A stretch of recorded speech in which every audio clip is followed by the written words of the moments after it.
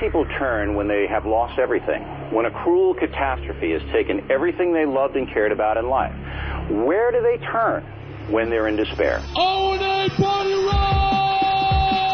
It's showtime, folks. It feels good. It's cool. We're brilliant broadcasters. I'm thrilled. I'm excited. I'm ecstatic. Very respectful. Very nice. There is some shenanigans going on. And it just feels right. They're like two puzzles. We want perfect questions. We want some laughs. Some thoughts being provoked and thrown back and forth. I don't like flaky. I like cakey. I want to hug a cute dog. How fake was that? The name of this radio show should be The Happy Idiot and the Sullen Douche. Two total dorks. Am I listening to a radio show? Two DJs and a tranny lover. That's what this program is about, mister. Only creeps listen to this program. Yo, boys, what's happening, man? Turn your fucking radio down! Anyone around here ever smell my ass? It's lovely. Anthony. Come on, we're going to tell you how to get chicks. James. I'm Jim Norton, and I'm a horribly boring person. We just kind of laugh at him. He's getting better, but we got to break him in still. He's a candidate for killing his wife when he gets married. I love E-Rock under the console. That's Snapple and Mayo, your dumps must be lovely. And featuring... Hurricane Ben! Or Teeny Steve! I think there's a degree of mental illness with everybody on the show. Ramon. Eric's breath smells like the diaper of a cancer patient. Can I say for the record that this program sucks a fat dick? I got a few ideas that could get us fired. Please use them. Please use them. But enough of this palaver. Let's get the show on the road.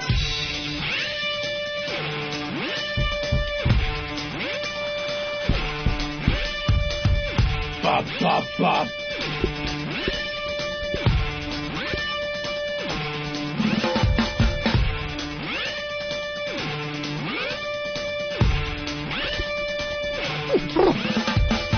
I just gonna get something to eat. Oh, you like that, don't you, faggot? Uh-oh. Sounds like somebody's got a case of the Mondays.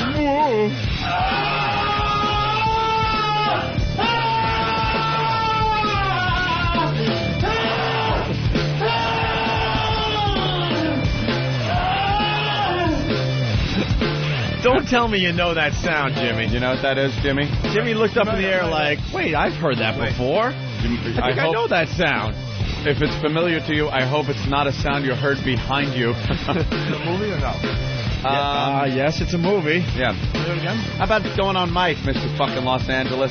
The guy's eating. He's 3 feet away from a mic. I'm sorry, babe.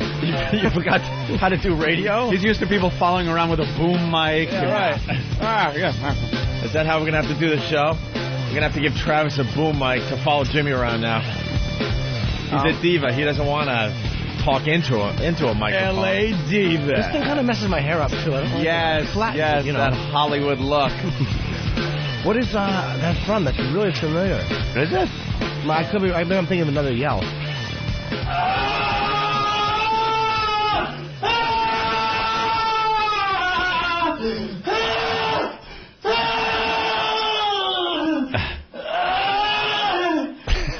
So what do you think's going on during that? I'm guessing it sounds like the Gimp when he's raping, but I don't know. It's a porno. That's a porn of some black guy banging some white chick and coming. Oh. And that's what he does when he has an orgasm. And the chick was laughing because it's just so over the top. I don't know what the fuck he's doing there. That's also what he sounds like when he's trying to read aloud. No, it sounded like, it reminded me a little bit of Dustin Hoffman for some reason screaming. Oh, the Marathon Man. Marathon Man? Yeah, when they're dragging him out of the tub. That's what I originally thought it was. Good one. One of the best lines ever was uttered just before we went on the air. What? The E-Rock. We have to start with that. E-Rock? Man. Who asked if he was wearing a hairpiece? Steve. Oh, was it Steve? Yeah. Why? Wearing a hairpiece. And everyone's running in. One day I decided not to wear a hat. And Steve goes, Eric, are you wearing a hairpiece? Oh, that's right. Isn't that weird when you go out without a hat sometime? Well, you have a lot of hair, which is a good thing. It just looks like you should be in one of those commercials coming out of a pool, though. Yeah, it's all puffy. Hawks wigs don't come off. I'd like to choke him with the phone cord. I hope he laughs. You're going to talk to Nathaniel Bryant like that? Wig-wearing douche. It looks like the whole front of your head should be gone, like the hair there. Opie, I'll give you the sound clip. Give him the fucking sound clip, Hawk. You got any mayonnaise? I want to bring some for Belle. And the pictures are up on opieandanthony.com to check it out for yourself. Oh, it's awful. It is really strange. I know that's your real hair, but you might want to think about a different haircut or something. Yeah. Like it's way too short up in there. And the back, it stiffens in the back like a wig will tend to do. Like Right. It stiffens. It doesn't touch your neck gracefully. All right. So we had fun with that about half hour ago here. Yeah. Right. Fucking Joe Dirt. Got to welcome Jimmy back. Well, yeah, he's got the Joe Dirt beginner thing going. Kind of like a quarter mullet. It's awful. All right, let's go right to the phone and say hi to Anthony in Boston. Anthony! Hello? Hello? Hi. He was gone. All right. Oh, I thought maybe the phones didn't work. That scared me. Steve in Indiana. Steve. Yes, sir. What's up, Steve? Hey, man, I listened to you guys for the first time Wednesday, man. You guys are hilarious, and I usually do, gift certificates. I went out and bought 4 of the Delphi Rode XTs for 4 people that I'm going to give presents to this year. I'm not doing gift certificates. I'm doing X-Men's, man. Oh, right on, man. That's what people need to do this Christmas. Thank you, sir. Holiday Great, man. season. Where's the Patrice guy? Well, no, there's another guy named Jimmy. Oh, no. Wait, how long have you been listening? Wednesday was my first day. All right. This is actually my 4th day. This is the oddest thing with this program. Sir, you've been listening for 4 days or so, and now this new guy, this new kid, Jimmy Norton, is sitting in for our third mic, Patrice O'Neill, who you like Patrice, right? Oh, man. Yeah, Patrice, he went to film a movie or something, so we got this guy, Jim Norton. He'll be sitting in Patrice O'Neill. Yeah, he's filming a movie. It's a sequel with Peter Jackson. Right. So, how long is this Jimmy guy sitting in for Patrice? Maybe 2 or 3 weeks. Patrice comes back January 9th for 3 weeks. Patrice is back. Is that it? Okay. Yeah, he's actually the regular guy. I come in and fill in when he's away or in some sort of a diabetic coma. This is awful because these new people that are coming on board have no clue what this show has been for over a year now. Sir, Jimmy Norton is the guy. He's the third guy on this show. He has been since we were at our old radio station when we got the boot from there. And when we came on here at XM, it's been Opie, Anthony, and Jimmy Norton. Jimmy just recently got a part in a HBO TV series. So he's been in L.A. filming it. And we've had other comics sitting in. Bill Burr has done a great job for us. And Patrice O'Neill of late has done fantastically. But you seem to be under the illusion that Patrice is our third guy. But he isn't. So you got to get used to Jimmy. That's right. When push comes to shove down the road, it's going to be Jimmy Norton sitting there. Until he leaves us for something else. Until some other fucking coattail comes along that he figures he could profit off of more than this program. I really am like a surfer from coattail to coattail. I just hop on. I don't even fall off. And then as he's figuratively speaking, fucking these other women, we're paying his rent.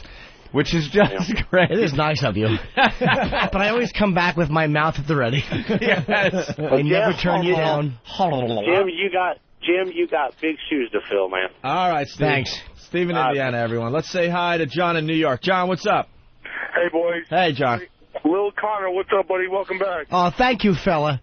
Hey, listen, Jimmy, I love you, bro, but I got to tell you, fellas, I've listened to Patrice at least 4 times over the weekend on the replay. That story that he told. Yeah, did you hear about the story he told? I've known it for years. No, I know, but he told it on the radio. I know, yeah. Guys, I got to tell you, every time you listen to it, man, it's out of control, man. Hey, you know what made it so good is Opie didn't say anything for 15 minutes, bro. Nah, you got to know when to shut the fuck up, man. Great stuff, man. Great. He was, Jimmy, I got to tell you, bro. Well, I missed you, but he killed. Good. Of course he did. He's funny. I thought that, boys. all right, when Patrice went into that story I thought it was going to have a cute, happy ending. I thought, it was going to be one of those, wow, something almost happened to me, and woo. I thought he was going to maybe talk about Keith. Yeah, let me tell you, man, how close I came to having my life wrecked. And then all of a sudden he's choking up, and I actually see his eyes getting all like moist. I'm like, a little misty. I go, you didn't get off? He goes, no. And then goes into the story. Holy crap! It was one of the first times Ant and I just sat there and just stared for like 20 minutes. Yeah, nothing. 20 minutes. Had nothing to say. Just had to watch him and listen to that story. It was awful. Yeah, I know. It is really... I didn't think he'd ever tell that on the air, actually. Boston Justice. Oh, you heard that one already? For years, yeah. But, I mean, it was something that he was...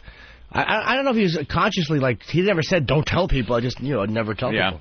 Yeah. I think he's more concerned about it affecting his career or something, which I think is ridiculous. Yeah, his fucking horrible attitude and bridge-burning behavior wrecks his career. Yeah. What does he care about that for? I watched I was going through my computer last night just cleaning out old videos and shit like that, and I came across the video that they played at the beginning of Patrice's roast. It's hysterical. All the comics just bashing him. I guess I'll get that to Steve, and he can put it up online, but it's so goddamn that's a great funny. idea. And one guy at the end just goes, Patrice, 2 words, fat nigger. It's like, wow. Oh, my God, just brutal. Fucking brutal. Now, one guy had a nice thing to say. It's just awful. And Bill Burr's sitting there, Patrice, I don't know, words come to mind, fucking hack. He's just you gotta get that online. Oh, my God, we can't do this. Bill in Texas. Bill. Bill. Yes, sir. How y'all doing? Hey, Bill. I have a request. Yes. All right. I'm from Texas, and some of us newer listeners don't have a clue about anything y'all have ever done. Yeah. And how long you been listening? Probably about a month. Okay. A month. Fuck. And I always hear the talk about y'all getting run off or fired from the other radio station. I have no idea what happened, and it's killing me to know. Are you kidding me? Well, that's an oldie. That's a big one. That was... everybody probably knows they lived in New York, but us guys from everywhere else around the country have no idea. I've never even heard of y'all until I found this station. Well, sir, what happened was there was a contest that they had. It was sponsored by a beer company. It was who can fuck a baby the fastest. And Oak thought he could, Ant thought he could, and it turns out it was a tie. I think as time has gone on, Jimmy's forgotten the gist of the story. Well, actually... They were cute children. They never should have been fired. And, truth be told, it was just me in a bonnet. All right, fellas. Bill... Maybe I'll explain one day for me. Bill, you got a computer? Yes, sir. All right, 2 things for the new listeners. There's a website called oavirus.com. Has all our old bits running like 24 hours a day, pretty much. You can download whatever the hell you want. And then whackbag.com is a great fan site. And they answer a lot of those questions in one of their forums, okay? All right, fellas. I appreciate it. All right, Bill. Thanks. Appreciate it. A lot of people don't know. They came on recently. I've noticed a jump in listenership, Opie. But they are new people. Yeah. That now are like, all right, funny man. All right, entertain me. Why did we try so hard for the last year? We should have coasted for a year. We started right now. All our stuff right now. Pump it out. Let's make believe we haven't done anything, so everything's new again. And the second we even touch on a subject that we've touched on before, emails and instant feedbacks from people that have been there since day one. Oh, this again. This stupid story. I think you're such a... The Opie typing guy. One finger peck. I think you guys... Because he's too stupid. When are you guys going to stop calling it in? Guys, how about something new for once? We heard that. Boring! Yeah. My favorite. The Y, 20 A's, 20 W's, and an N. No. When that comes through in caps on instant feedback, it is an instant banning. Instantly you are banned. I don't care if you're joking. I don't want to see JK at the end of that one. Unless there's a slash in between the two, because that makes it all fun. He's just kidding. LOL. I like to put a little semicolon and a half of parentheses. Look, it's a wink on the side. Rolling on floor, sucking dad's cock. Laying on the side. Maybe you're either winking or having a stroke and laying on the floor. No one to pick you up, is there? Bye-bye, left side of the body. Jeff in Kentucky. Jeff. Better learn to play patty pancakes on your thigh. What's up, Jeff?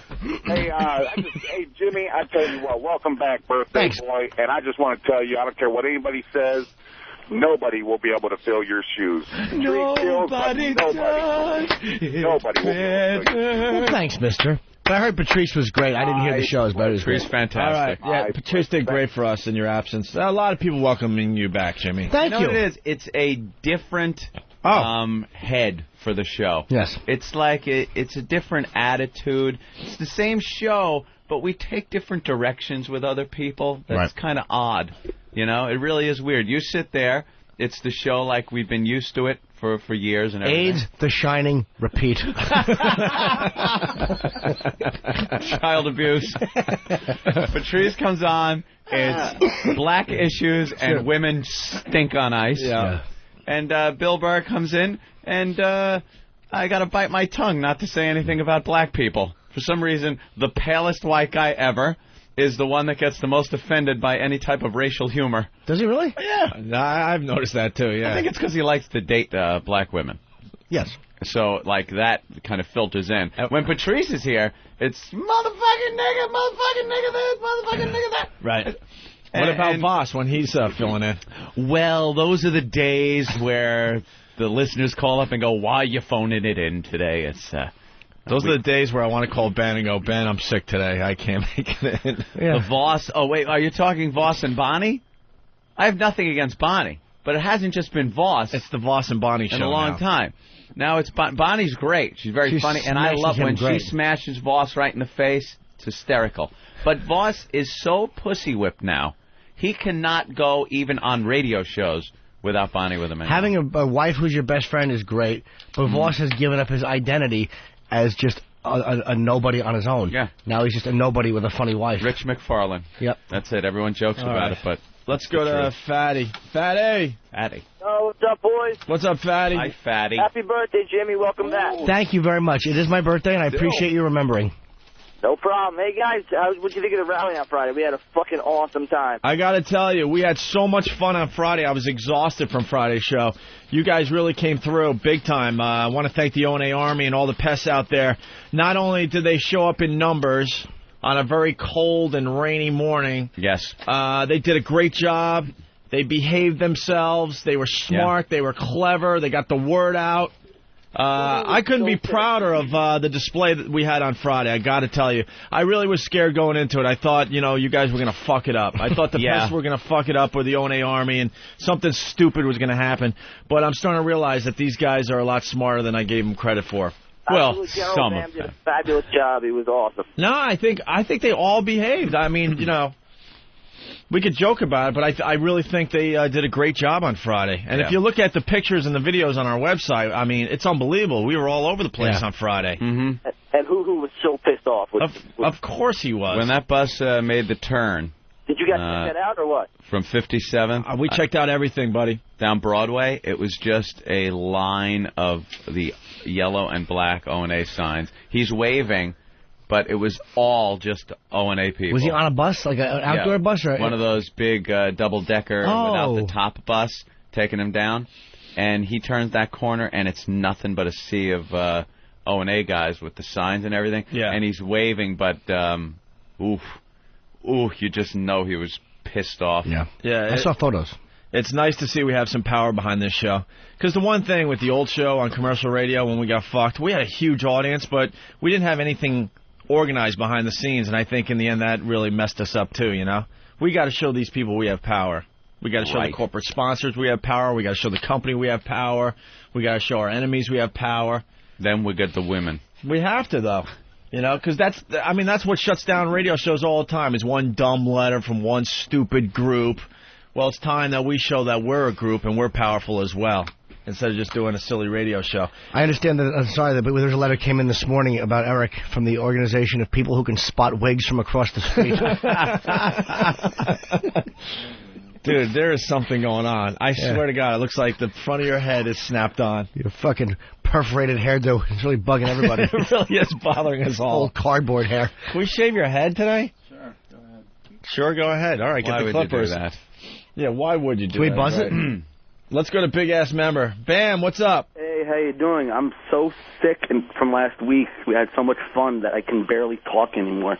Oh, so who gave us the sore throat? Because my throat is killing me today. Yeah. Anthony says he's got a little scratch going. It's a little scratch. Has been there all weekend. Take some Emergen-C and some zinc. I've been taking everything. Emergen-C. The Emergen-C. Oh, how clever. Yeah. Jimmy gave me some of that this morning. I've been taking that airborne stuff. What the fuck is that airborne stuff? And does it work? No, it stinks. Take the zinc lozenges. No. What? The throat coat, it's called. It's an herbal, slippery elm bark thing. Yeah, no, I've taken that before. But I'm saying zinc lozenges, when you feel a cold, like when you first get a twinge, like a little... You fucking start taking the zinc lozenges, and they're fantastic. Yes. I don't think... And coldies. I just think I have a sore throat from yelling. Everyone has a remedy. It's bullshit. Yeah. Trust me. I just know I got a sore throat, and I'm going to be fucked for the rest of the week. Who are you listen to? A guy who yelled once on a Friday, or someone that's eaten the asses of many prostitutes and very rarely gets sick? You built up an good point. Jimmy did get the ass flu once. He did right after eating a girl's ass. Yeah. Not just a girl. She became beyond famous after Jimmy was with her. Yep. Inside Edition can't get enough of her. They're doing stories on her almost daily. Are they still talking about her? It's unbelievable how many stories they did on her. Anyway, Bam, great job. I wanted to go on Whackbag and write a little something to thank all you guys, so maybe you could pass the word on for me. Absolutely. Did you guys see the WB news report? I sure did. You did a good job with that. Yes, sir. WB was the only one that covered our side of the story, which is fine. We got some coverage. That's all that matters. They'll just needle in his side, or whatever the saying is. I'm fucking boss this morning. A thorn? A thorn in his side, that's it. Yes, a needle in the side. You guys did great, and I want to just thank the Pests again and the ONA Army. Great job. Anytime. All right, bro. We're waiting for orders. All right, thanks, Bam. No Bye, problem. sweetie. Bye-bye. Sweetie. Yeah, what's wrong with that? Adorable. So you can see the pictures and videos. They're up on OpieandAnthony.com. Tomorrow's a big day. Speaking of the past and the Army, you got to help us get the word out. Tomorrow we're doing our radio show in the afternoon. Oh, we haven't had enough. I forgot about this. Wait a minute. Let me bask in this joy. Holy shit, I'm getting drunk tonight. I'm going out and just partying. I want 3 o'clock in the afternoon tomorrow to seem like 5 a.m. That's what I'm going to do. Screw it all up. So you guys get to... see, I get to get up early.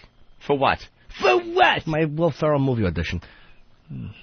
Oh, see? Trying to keep that secret? That didn't work. No. Well, you think we don't know about that, Tom?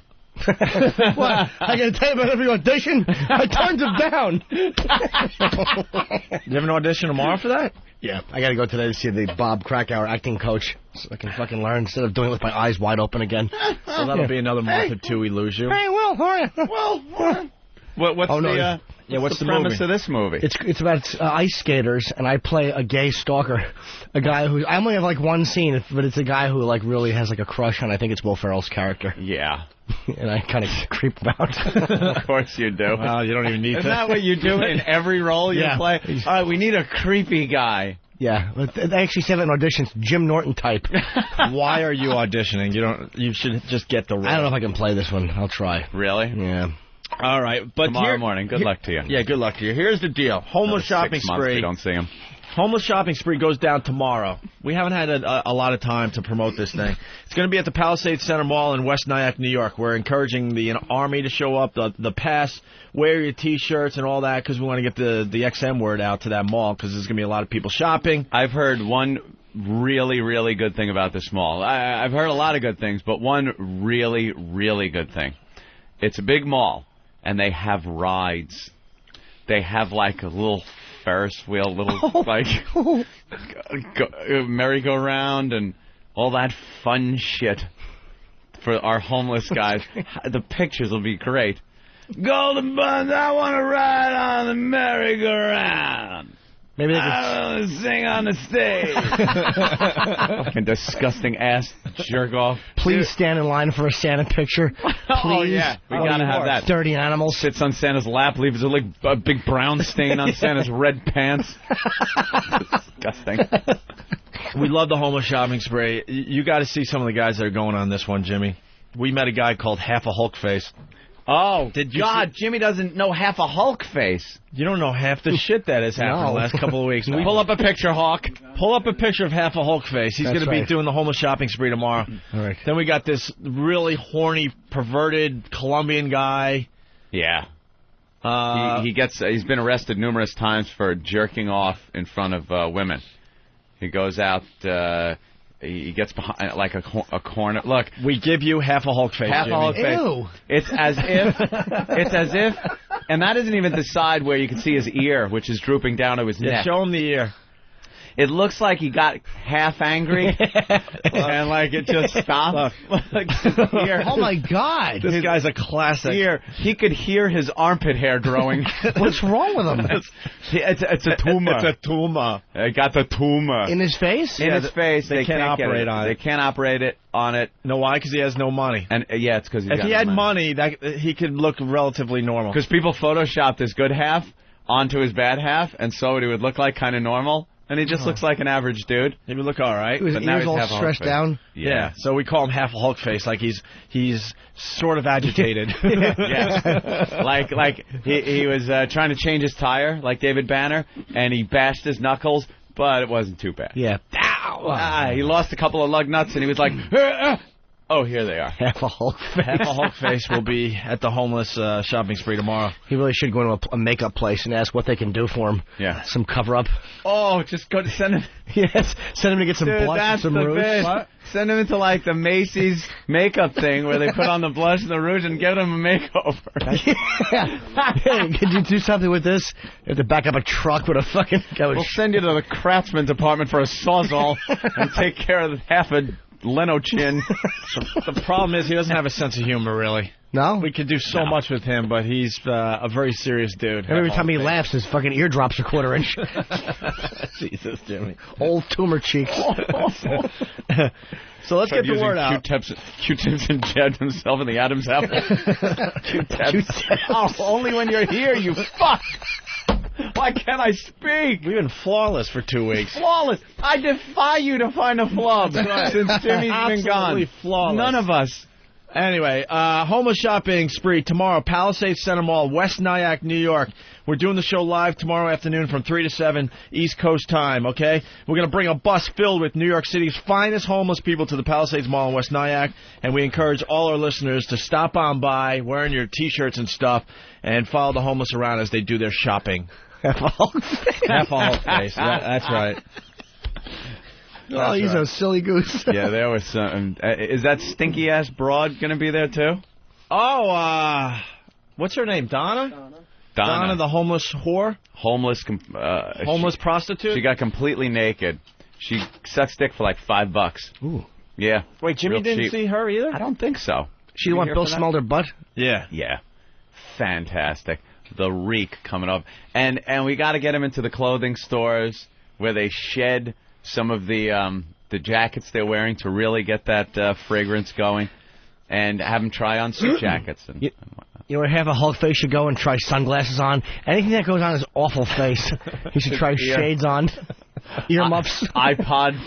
Yeah. Try to keep an iPod earbud in that ear. Yeah. You're going to need a plunger, a toilet plunger. Oh, there's so many things to do with it. Oh, yeah. For earrings, clip earrings. Clip on. Oh, it's horrible. Q-tips. Taps. Enough.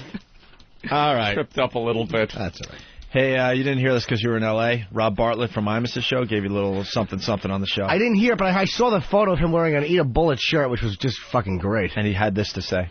And Brian Wilson, I see, is here with an eatabullet.com T-shirt on. What the hell does that mean? What do you think it means, Opie? Why don't you heed the advice?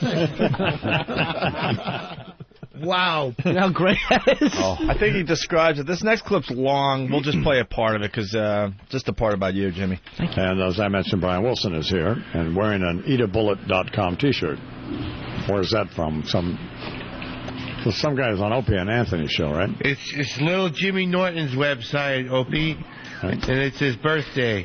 It is? Yes. Well, happy birthday to little Jimmy Norton. Yes. What does he do? Is he a comedian? He's a comedian. It's on HBO and the Opie and Anthony show, which you should know. Yeah. I do know. I just kind of playing along here. I get it, Opie. Actually, Rob accused me yesterday of having never listened to Opie and Anthony. Really? He said, when did you actually ever listen to Opie and Anthony? I said, well, when they were on NEW. Yeah. But they're not any different now, are they? No. Except they don't have any commercials. Well, they have some commercials, but not a lot of commercials. Not like, Howard Stern. Right. He's got 9,000 commercials. Right. And then he complains for 2 minutes about how much radio sucks, and then there's another 9,000 commercials. It's kind of like you, except instead of complaining about radio sucks, you complain your back hurts. My back doesn't hurt. Today. Yeah. Except I like Opie and Anthony because, I don't know. Well, I mean, they're funny. What am I going to tell you? And I like Opie. So. I feel like I have to apologize for this. That's just awful. We should just stop it there. He just makes me laugh, dude. And it really hurt that he didn't know who I was. It just goes on and on and on and on, and they never really get to a point on that one. So, anyway. It's just funny, though, that I was playing along. Yes. Wish he knew who I was. Okay. He doesn't. Thank you, Rob. We got the fake firefighter. Yeah. I guess the whole country was in on this story, huh? Yeah, this guy dressed up like a firefighter here in New York. It's like a month ago already. Something like that. 2 months ago, because it was 2 months? right around Halloween. Yeah. Oh, exactly. And he started a little fire in this building. Goes to a woman's door that he'd been stalking for a while. Knocks, says he's a fireman. She looks through the peephole. He's dressed like a fireman. She opens the door. He comes in and for the next 9 hours or so proceeds to just rape her as the real firemen show up because there's a fire. But he just kept her in there and raped her, left, and they've been looking for him ever since. And they found him in Memphis? Yeah, no money. He was selling his blood to try to make some money, and they caught him. He said, I'm the guy you're looking for, and proceeded to stab himself in the neck. Slice. Yeah, but I don't even think he really did a serious job at it. Did you see the blood in the paper? Yeah, but over the weekend? Look, he's there with a little bandage on. He was in critical condition, though, and they, he was bleeding. He was bleeding to death, and they saved him. They show the staples in one of the pictures. Yeah. It's a pretty bad slash, to be honest with you. Why would you save him? Just let him do it. Just stab yourself in the neck. Maybe that'll do it more than a slice on the side. It looked like he just went for a major slice, but I should have done it. They did say he was stabbing himself in the neck. Oh, that would have been great. Yeah, then you save the taxpayers a lot of money. Right. There you go. Lay there. All right, take care. Everyone knows what he did. Yeah. Just die already. Well, here's how it was reported on the news this morning. The story of the stalking and sexual attack on a woman who lives here in Chelsea gripped the public's attention for weeks. And now the main suspect in that case, Peter Bronstein, sits in jail awaiting extradition and arraignment. This after an apparent suicide attempt that saw him, according to sources, claiming to be the man the world was looking for. The hunt for the prime suspect in the notorious Halloween sex attack in Chelsea came to an end on Friday. That's when Peter Bronstein, the man police say dressed as a firefighter to gain his victim's trust, stabbed himself in the neck when he was confronted by a police officer at the University of Memphis. He pepper sprayed him. The guy kept walking like nothing was going on. And eventually the guy turned his back to the cop and stabbed himself in the right side of his throat. He went down, started bleeding everywhere. Right side of the throat, is that where the jugular is? Or is it on both sides? Both, I think. Both, It's yeah. both, right? Oh, yeah. Okay. You could take your pick.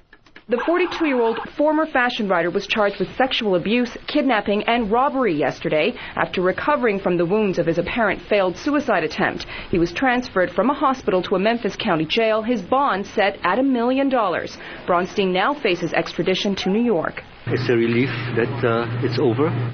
Alberto Bronstein had pleaded with his son to turn himself in. His son's capture is the dramatic end to sightings of him in the last several weeks, sightings that saw police swarm city neighborhoods. Sources say Bronstein's time on the lam included stops in Ohio, then Tennessee. And while Bronstein faces the Chelsea charge here and faces arraignment for that, he's also been charged with assaulting a police officer in Memphis. He has a court date scheduled for later this week for that charge, we believe. However, if he waives his right to fight the extradition to New York, that Tennessee charge could be dropped and he might be extradited to the state that much sooner. Well, he got what he wished. A lot of fame. A lot of press. That seems to be what he's into. A lot of fame. Handcuffed, sporting a navy blue prison scrub. The bloated, puffy-faced freelance writer. Yeah, it looks like he had no problem eating on the lamb. On the lamb. Yeah. He was eating the lamb. Opie, he wasn't. He balked at seeing his elderly father, but then broke into a broad smile when prison marshals asked him if he wanted to talk to reporters. Hey, man, the 42-year-old former Women's Wear Daily media reporter said. Oof, Jesus, what a title. I know. Everyone needs a title if you make the papers. Yeah. Wearing a bandage on the right side of his neck, he said, "I'm good." He began walking away as reporters asked if they could talk to him. "Not right now. To be honest, I'm a little out of it, but maybe tomorrow." They said, "You're looking good." He shrugged and gave a half smile. That's what this guy wants. He doesn't even care that he's going to be going to prison. He just wanted this media attention. This fame. Jesus. They'll be doing a ton of stories on him now. Media. The jailhouse interview, all that crap. His first anal. On the way. How'd they know it was him? First prison ass raping. How did they know it was him? His name has been in the paper for so long. Huh? How'd they know, beforehand? Did she recognize him, or did they ever say how they said, this is the guy we want? Yeah, I think relatives came through or something. Oh. Said, yeah. What? One of ours. She knew him. Oh, is that what you mean? Yeah, all of a sudden they're like, this is the guy we were looking for. Yeah, no, she knew him. I guess they worked together, or they had some kind of connection. And she knew it was him? Yes, positive. I remember that part of the story, yeah. Oh, yeah. Eek. Someone is saying the jugular's on the left side of the neck. I asked that because it looks like he both sides. Keith in Jersey. Morning, guys. Hey. Listen, the jugular vein is on the left side of your neck, and the carotid artery is on the right side of your neck. And I'm not a doctor, but the only reason I know that is in the episode of Star Trek where Khan was holding the blade to Dr. McCoy's throat. He goes, "Why don't you cut the carotid artery just below the right ear? It's most effective." That's because he was holding the scalpel to his right ear. Right. Like he could, if he was holding it to the left, then it would have been the left ear.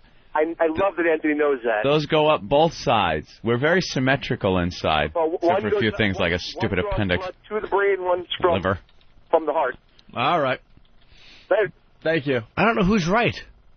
It's got to go up both sides, and there's a vein that comes down both sides. I was asking because it looks like he thought this out before he slashed his throat, going, all right, if I slash on this side, it'll be dramatic, a lot of blood, but I'll survive. I don't know. Maybe he thought it was easier to pull the knife down if you're right-handed, some kind of CSI shit. No, he would have to be left-handed. You mean this way he would go? If you hold the knife so the blade is facing you. So you go like this. And you go wham. You're getting a lot of... But your example is weird. Look at the picture. Yeah. It should be the other side. Oh, the other side. So... All right, so maybe he took it where the blade was facing away from him and did that. Sliced down. Which doesn't seem like... If you're right-handed... It just seems like this guy's very calculated. It should go left to right, and you should pull and just like... Seems like he's very calculated. If he really wanted to kill himself in that way, he would have. It looks like, all right, I'm going to do something very dramatic here. It's going to get even more press. Yeah. And I will survive this slash or whatever. Like he wasn't going to wait until... why did he wait until the cops were on him? Yeah, exactly. Do it in a field somewhere where they'll find your rotting carcass. So that's later. Fiend, they have him as rant of a fiend. Yeah, that's on the front page of all the New York papers today. That's the big story. And then the other big story in New York is this transit strike. What the hell's going to happen with that? Well, it doesn't look good. But they can't strike. Like, if they strike, what happens? I believe the fine is $10,000. I heard $25,000, but you might be right. I'm right, Travis? Jimmy's right? Oh. Of course Jimmy's right. It's his first day back. Jimmy's right. Everyone kissing Jimmy's ass. $25,000 per member per day. And it increases, it doubles every day. That's $50,000 for the second day, so that's $75,000. Dude, after like 3 or 4 months, it's not going to be worth the financial incentive. That is a lot of money per member. So you're talking... Most of those people can't afford... $10, $20. Most of those people can't afford one day's fines. So what happens? Right. I think more than that, Anthony. A little more than that. It comes out of the union's till. their till. Doesn't come out like How much personally. money they have in this till? Unions are very rich, very wealthy, but it doesn't look good. So if they're not talking, they're not getting each other's sides of this whole thing, and it looks like they're fucked. So here's a stupid question: if the unions are so rich and well off, why don't they take that money and give it to their members? Well, because they invest it and then they make more money, and their higher ups, they draw a pretty large paycheck. They get a good amount of money. But money. who am I to badmouth a union? They're usually a bunch of Italians, and I don't like... I'm just asking. I have no idea. I don't know the ins and outs of unions. badmouthing them. All right. So we'll have to wait and see what happens with that. But they're saying the deadline for strike... Midnight tonight, and that they will not push this off. That midnight, they are going to strike unless they come to a settlement. Which means this city is fucked. But then they would probably say you either waive the fines or we don't go back to work. And they would waive the fines to get them back within a week or so. They're not going to fine them that much money. You can't. A week or so? Oh, well, however long it would take. Like I don't know. Like if you're, before they start hiring new people. They don't want to train new people. Well, I have no idea what I'm talking about. Funny. I know. You it's really obvious. are just... Oh, L.A. doesn't have a subway. No, it's not that they don't, man. I'm just so busy. There's a lot of pressure. Remember the lines. Smile right. And that had better be a joke on your fucking jacket. The fur with the red circle and slash through it. Oh, thank you for reminding me, Anthony. I want to thank my friends at PETA. I actually got a nice box from them, which I thought was a joke, which wasn't. It said, thanks for sticking up for the furry critters. Why? When did you stick up for a furry critter? I guess I'm that trash wasn't and fur. A pussy. I didn't realize the seals and stuff. We had a whole rant. You had a whole rant about that. Going out on a limb. Oh, no, I don't club the baby seals. No. Oh, you are a rebel. Seals are faggots. And penguins, I kick their stomachs and I laugh about it later. I was talking... When they take those flippers, hold their stomach and go, I'm pregnant. Oh. And they bend and they can't bend because they're fucking bowling pins. That vertebrae doesn't have, bendability. Yeah, a good kick right in that little fat penguin stomach. They all got pot bellies. Yeah, I know. Little fat starving children bodies. Fred Mertz bodies.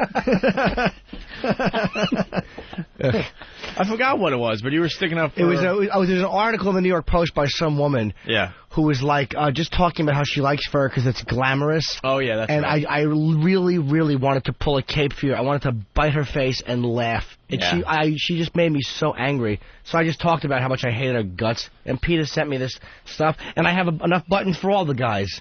No fur. If you think for a second I would wear something like that, no fur button. Some really cool guy, I'm trying to get Ben to get him on the phone. He shot a bear, a 745-pound black bear. I want to see if we can get him on the phone. That's pretty cool. Yeah. Is Ben trying to get him on the phone? I think so, yeah, man. I think that's pretty... New Jersey Hunter takes down record 745-pound beast.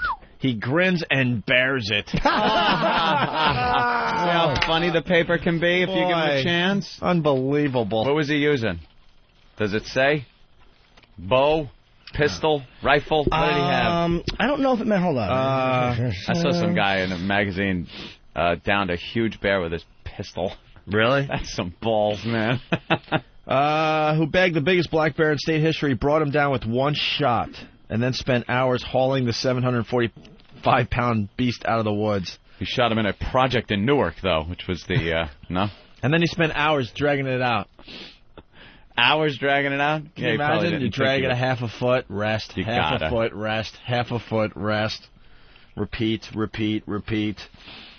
You have to understand a bear this size for me is a once-in-a-lifetime trophy, said Utter. His last name's Utter, 54, an electrical and excavation contractor who has shot 3 other bears, 2 in Canada and 1 in New Jersey. He loves shooting bear. So there you have it. It stood 9 feet tall. Did it get up on 2 legs? And then he bagged it. And that's the record for New Jersey. The previous record was 675 pounds. Pete, I'm sure, is very upset with that. Jimmy, comment? I was too busy looking into... I'm sure they are. I don't know. I just think it's pretty cool that he did it. And it's funny because if he calls as a bear, I wonder if there's any other Any other bears that might call in? Might actually call in. Say hello to from him. another room. Maybe. I guess we got to talk to this Hunter today, so we'll try to get him Hope on so. the phone. We'll see what Get happens him on with the that. phone. I was reading Need about to Elton speak John's to him. marriage. Huh? I was reading about Elton John's marriage. That sham. Well, yeah. What the hell is that? Yes. Well, I'm just trying to think of the guy David Furnish, who's banging Elton John. Oh. Who, gay or straight, you can't blame him. Sir Elton's got a lot of cash. Of course he does. I'd roll on my face and take that awful body like mine on top of me. No, you know Elton's a bottom. Coincidentally, Yeah. Elton John has the same hairdo as our own E-Rock.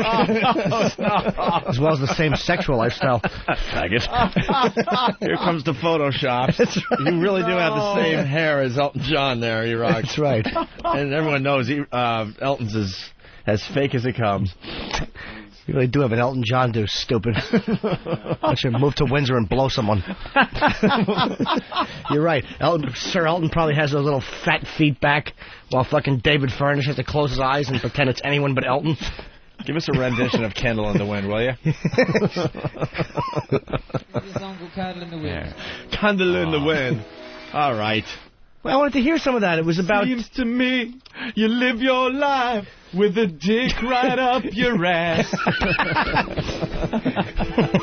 I'm surprised he hasn't done a version of this song. Goodbye, dignity. I have HIV. Get my robe out of the closet. Back to the robe jokes. Make me some soup. You better make that broth. And please watch my dog, 'cause I'm not strong enough to do it myself. Where's that dustbuster? I sneezed and a couple of teeth fell out and hit the floor. What rhyme is that? Your rhymes stink. Still funny, but your rhymes stink. Someone has to call you out on that. That was too many words. That's great. My T cells ever did. My candle burned out long before the tissues ever did. Still half a box. Bye-bye now. Special thank you to Kleenex. Oh, that's going to be a lovely ceremony. Do you take this? You may suck the bride's cock. That's great. I heard Elton had to rob a bank to get David Furnish's sex change operation. He was singing Attica. You're not dying, Elton. You're boring everyone around you with your faggoty music. All right. Who in the news? I'm surprised he didn't do a version of this for the victims of Hurricane Katrina. Oh, yeah. I think it's time for another version of this from Elton John. How many versions did he do? Goodbye, Superdome. You smell like shit and... He did the original. He did one for Ryan White, right? And then he did he do it one for Ryan White? He just kind of sang it. And then at he Ryan's, did. And then he did the Lady Di version. Yeah. Poor Ryan White didn't even get to have any fun. Yeah. Got that through a transfusion. What an awful way to get the AIDS. Yeah.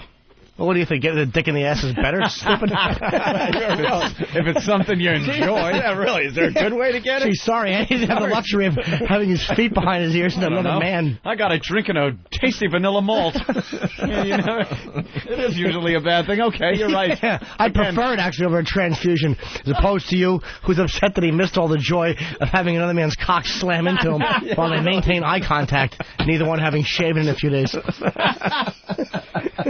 Good point, Jimmy. Good point. Good point, bastard. Well, let's say hi to Chris in the Poconos. Chris, what's up? Hey, I just wanted to tell you guys, man, you guys are great. But, Thank you. What is up with Jim Norton? He goes to freaking L.A. now. He's a granola-eating faggot. No. Being against fur. I've never What is liked up it. with Dude, that? I've actually never liked it. I've never liked it. L.A. has nothing to do with it, dude. I've never liked it. Oh, my God. Why is that a faggot? You just gotta, I think it's stupid. I don't like it. I think it's arrogant. It's arrogant. Yeah, it just bugs me. I don't know, man. I don't know, man. Yeah, Jesus. dude, come on. You're on a national talk show. Yeah, I'm kind of the last thing from a. When Rush Limbaugh gets into these hot topics, he doesn't have a caller go, I don't know, man. I don't know, even know why I'm on the phone. I just did it because Tommy Lee did it. All right, I got nothing. All right, thanks, Watch Chris. out. That's right. Say no to fur.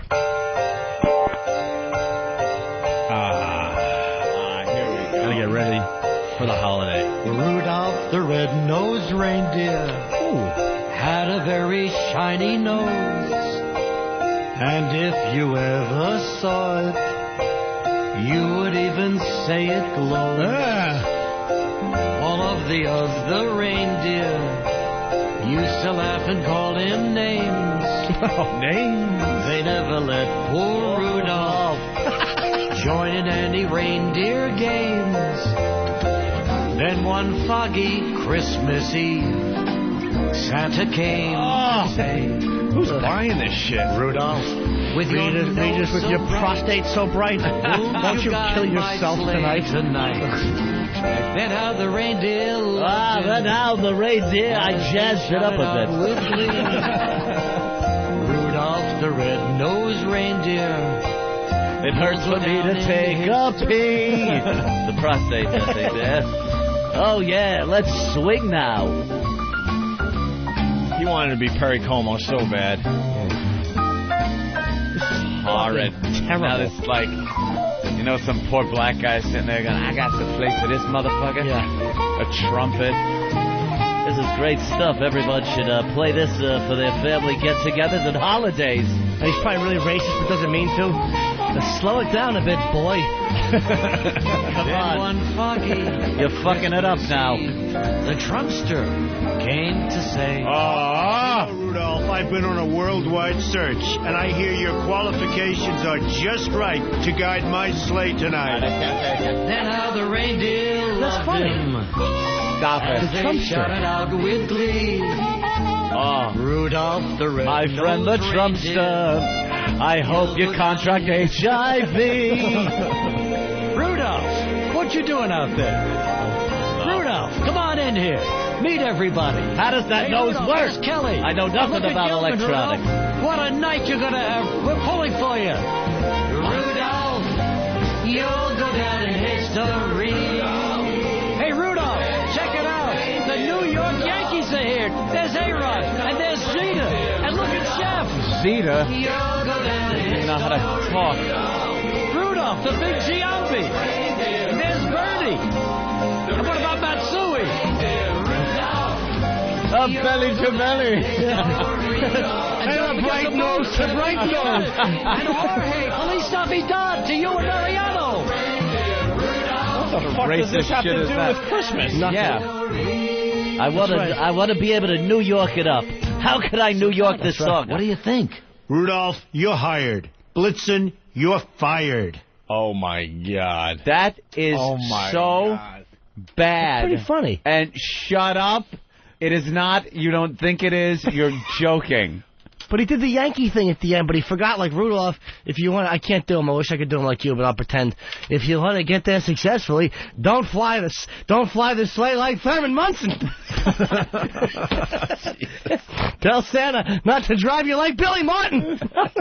You almost got the freaking Regis down. Perfect. Don't do coke in the tunnel like Joe Pepitone. Don't fall down the chimney or you'll be dark and black like Mickey Rivers.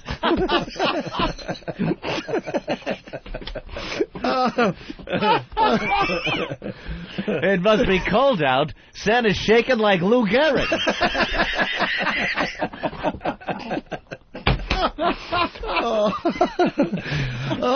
Don't strain yourself. You have a heart attack like Joe Torre's brother. What the fuck?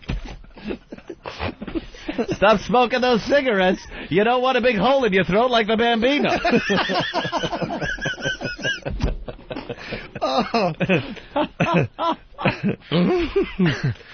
Oh, that makes me very happy. Come on, DiMaggio, let me smell those fingers. Santa, don't drink coffee and beat your wife.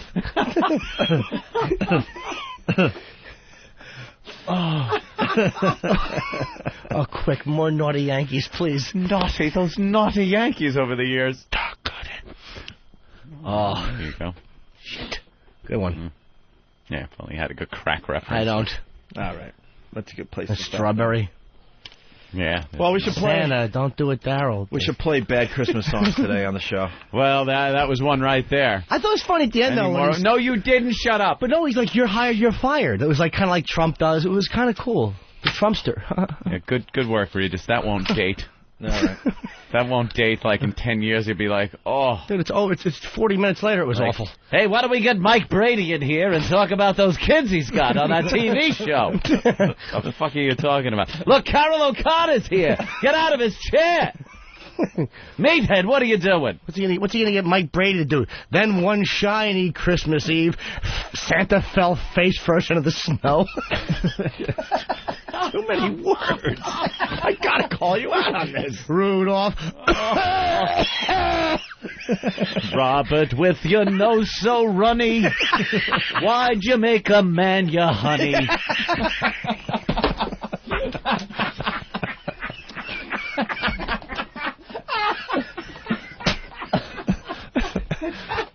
Jimmy, the show's over here.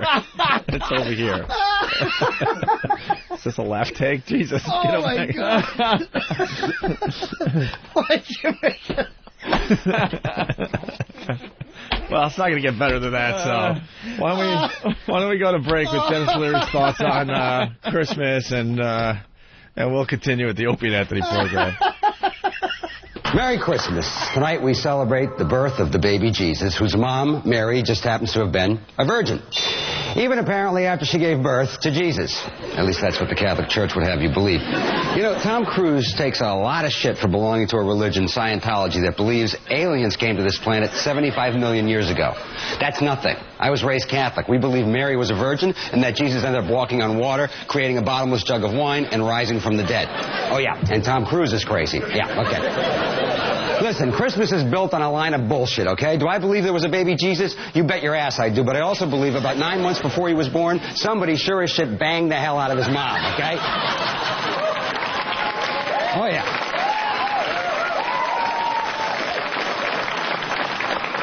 And Santa Claus? Haha. Well, more bullshit. Let me get this straight. A big fat guy comes to your house and leaves you toys that he and his little helpers made just for you, and all he asks for is a couple of cookies and a glass of milk? Yeah, okay. He sees you when you're sleeping, and he knows when you're awake. All right, he's either a pedophile or he's with FEMA, all right? And if he's with FEMA, he's not showing up until January 2nd anyway. So, you know, they lie to us right from the get-go. And then when we're 12 and we find out the truth, Easter Bunny lie, Tooth Fairy lie, Santa Claus big lie, then they wonder why we start lying right back to them, okay? I'm not drunk, I don't do drugs, I promise I'll pull out. Yeah, big lies. Big lies. There's big lies, there's small lies, there's white lies, there's black lies. A white lie being when Scooter Libby says, Dick Cheney didn't tell me what to say, and a black lie is when a brother says, I didn't see who shot Suge Knight, even though I was sitting right next to him at the party. They're all the same, folks. They're all lies. So what did I tell my kids about the baby Jesus and his mom and Santa Claus? The same bunch of bullshit my parents told me. Why should my kids get off easy, okay? I want them to experience the same joy and cheer and happiness I felt as a little kid, and then the crushing blow of disappointment and pain and anger that comes with getting older. Yes. Oh, yeah. Oh, yeah. Because in the end, all of us know that's what Christmas is really about. A pinch of joy, a pound of pain, a scoop of hatred, and a dollop of rage, okay? Throw in a little booze and some relatives you can't stand the sight of, but you have to invite over anyways, and you've got yourself a holiday recipe chock full of disaster. And don't forget, take pictures. You're going to need them for the court case. Who said that he rang up, the Scores told him he rang up, it was over 50 grand, something like that? Yes. Over, Jesus Christ, Jimmy! What? Holy shit! Somebody party! Somebody party here! Oh, my God! Somebody party here! The worst spell ever in my life. Oh my God! It won't go away. That is disgusting. That is disgusting. Disgusting. Disgusting. Disgusting. It's in my nostrils. Dude, that's horrific. Oh, Jesus. Oh my God! Shut up! I can't function. It won't stop. Stop. Stop. Stop. It's awful. I had a burger on the Metro line yesterday. Oh my God! I need something. I'm going to throw up. It could be the worst one ever. It's like rotting eggs. Eggs. Anthony Thomas. Get infected. All right, we got some more Brokeback Mountain audio. That name is genius. Brokeback. Doesn't it sound like some kind of gay sex? It's violent sex. Violent, like I was fucking him in the ass and his back just snapped and we were on the mountain and I don't know what the fuck to do. You think it would just be the mountain. Right. Mountain or something. Call it the mountain. Where they go. Isn't it where they go to have their little liaisons and stuff? Yeah, I guess every year or so. I guess they couldn't call it Suck Dick Mountain. It's like the closest they could. Come this summer from Universal Pictures. Suck Dick Mountain. Nah. Or yeah, just call it Mountain. Like there. What did he do to you, Mountain? It broke my back. Brokeback Mountain. I'm gonna give you a Brokeback Mountain today. Oh, reach around hills. A love story. Yeah. We have audio of one of the love scenes. Roman War Helmet Valley.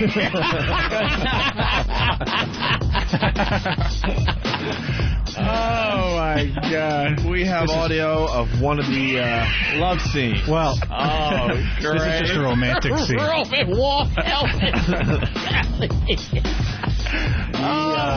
We have audio of one of the love scenes from Rim Job Ravine coming to a theater near you. God damn it! Give me a pen and a piece of paper. Oh man, who else is in? Anal Swamp. Glory Hole Gulch.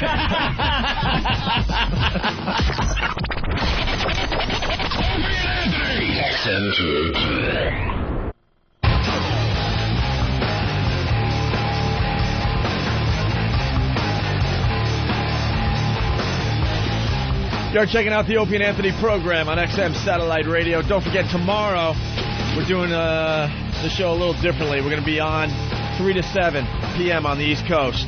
Doing afternoons tomorrow only because we're doing the homeless shopping spree. Encouraging all the pests and the O&A Army to show up at the Palisades Center Mall, West Nyack, here in New York. We're bringing the homeless shopping. It's going to be great. We love this event every year. And we weren't able to do it for a few years because we were off the air.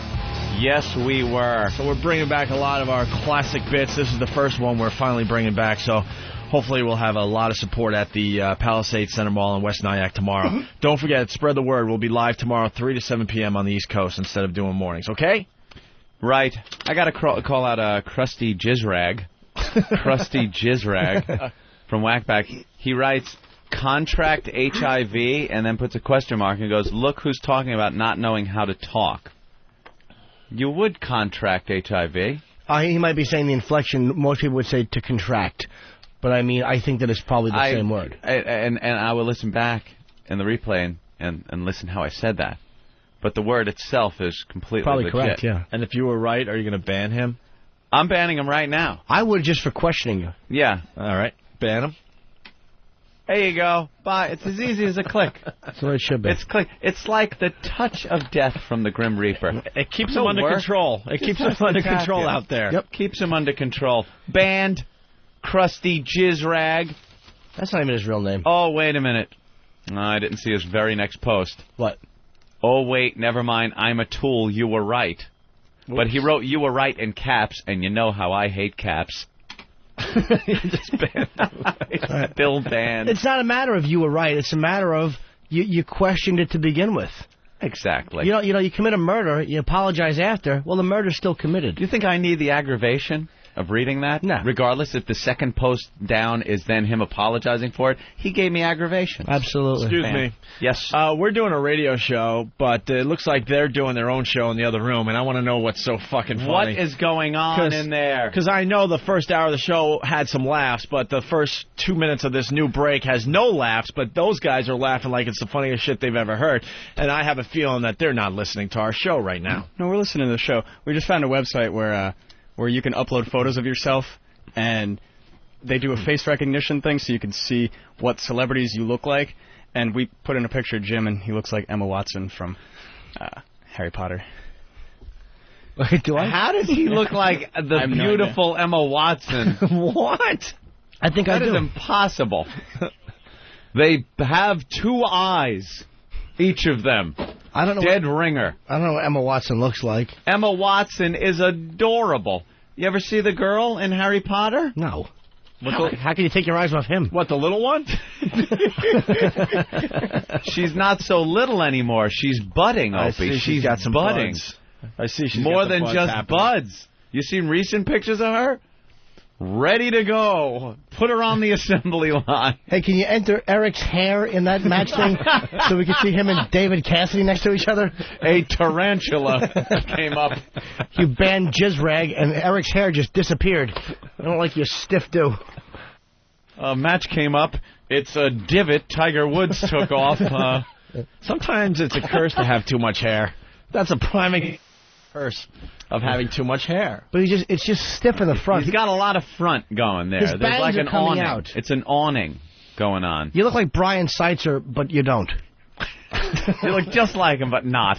Is his name Brian Seitzer or Setzer? I don't know. He Brian stinks Setzer anyway. from the Stray Cats. Yeah, Seitzer. Whatever her name is. Whatever his Wow. name is. They're awful, the Stray Cats. You're contracting some kind of speech disease. That fucking, we're going to rock this town. What's wrong Rock with it this town? inside out. It's awful. Playing that big dumb stand-up bass, which is a worthless instrument. That's what they do. Exactly. I want to get behind him and just push him and watch him and that awful clumsy bass fall over on his stomach. Fox in North Dakota, looks like. Fox, what's up? Hey, guys. Hey, man.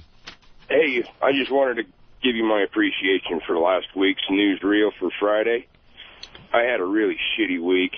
I mean, ex-girlfriends taking me for money, fucking... Why is she taking you for your money there, buddy?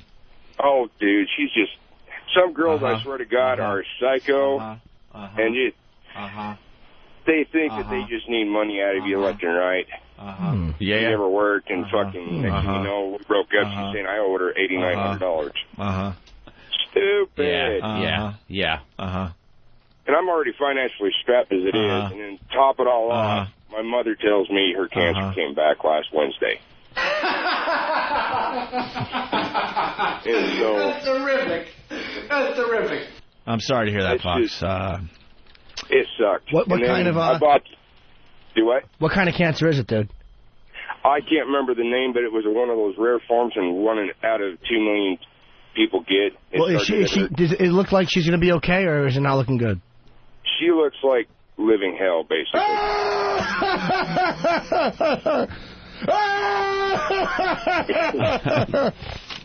That is not right. It sucks, but I bought an XM last Wednesday, and listening to that newsreel just... Yeah, that should help really, the tumor. That's great. So what does the cancer affect? It's affecting her liver right now. I mean, she's got jaundice so bad that the white part of her eyeballs are turning yellow.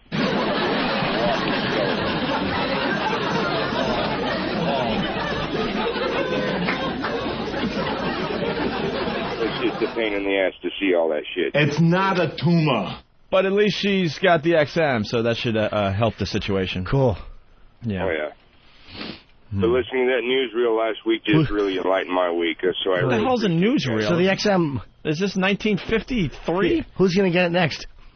It's a newsreel that Mr. Twinkles and Big 8 did last Friday. Right. Yeah, when you bought the XM, did you think about who you're going to pass it on to? I'm actually thinking about buying my mother and father some. I mean, this is just, I'd save the money and just buy one. That's all right. Yeah. That liver cancer really isn't that bad. Not at all. That's one of those like pancreatic that just kind of goes away. Yeah, on usually its own. Tylenol. It's not like you have one. Tylenol. Oh, wait a minute, that's kidneys. All right, Fox. Well, thanks. I'm glad we made your day last week. I appreciate it, guys. Good luck. Hope you make it through the holidays. I do too. All right, there you go, Fox. Something about a newsreel. Hey, did he pay up the subscription for the year? Or are you doing month to month? Lord knows we need all the subscribers. I hope he we can did get. like a 2-year or something like that. So even after he's gone, his gift will keep giving to this program financially. The XM just continues to play in that empty room. Oof. Everything's on the 1940s preset. Jesus. Older lady music. Anyway, Twitchell's and Big A will be back Thursday. The new bit is the Week in Review with those guys. It's unbelievable. I heard it's great. It's the Tourette's high-stakes betting could be the best new bit we've come up with. A lot of money went back and forth. Actually, just one way. Didn't come back. The money. Who ran off with like almost $100? Will, who used to work at WYSP, now works Sales for XM. guy. Sales guy. He won $95 in 10 minutes. Yeah, the guy couldn't lose. He knew exactly when that guy was going to bring. I got an idea, but we're going to need a lot of help with this one. I want to do a betting day. High stakes betting. Uh-oh. Only invite people that are associated with this show that really want to bet some real money. And bet on stuff like Tourette's.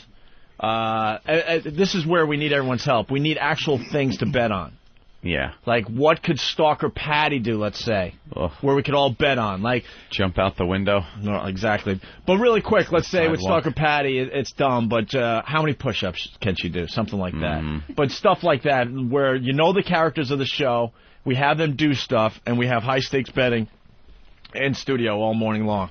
But only for the real players, guys that really want to, like, throw some serious money down. What happened? They just did that face thing with Hawk. Yeah. Is that what came up? Yeah. Monica Lewinsky. Why the...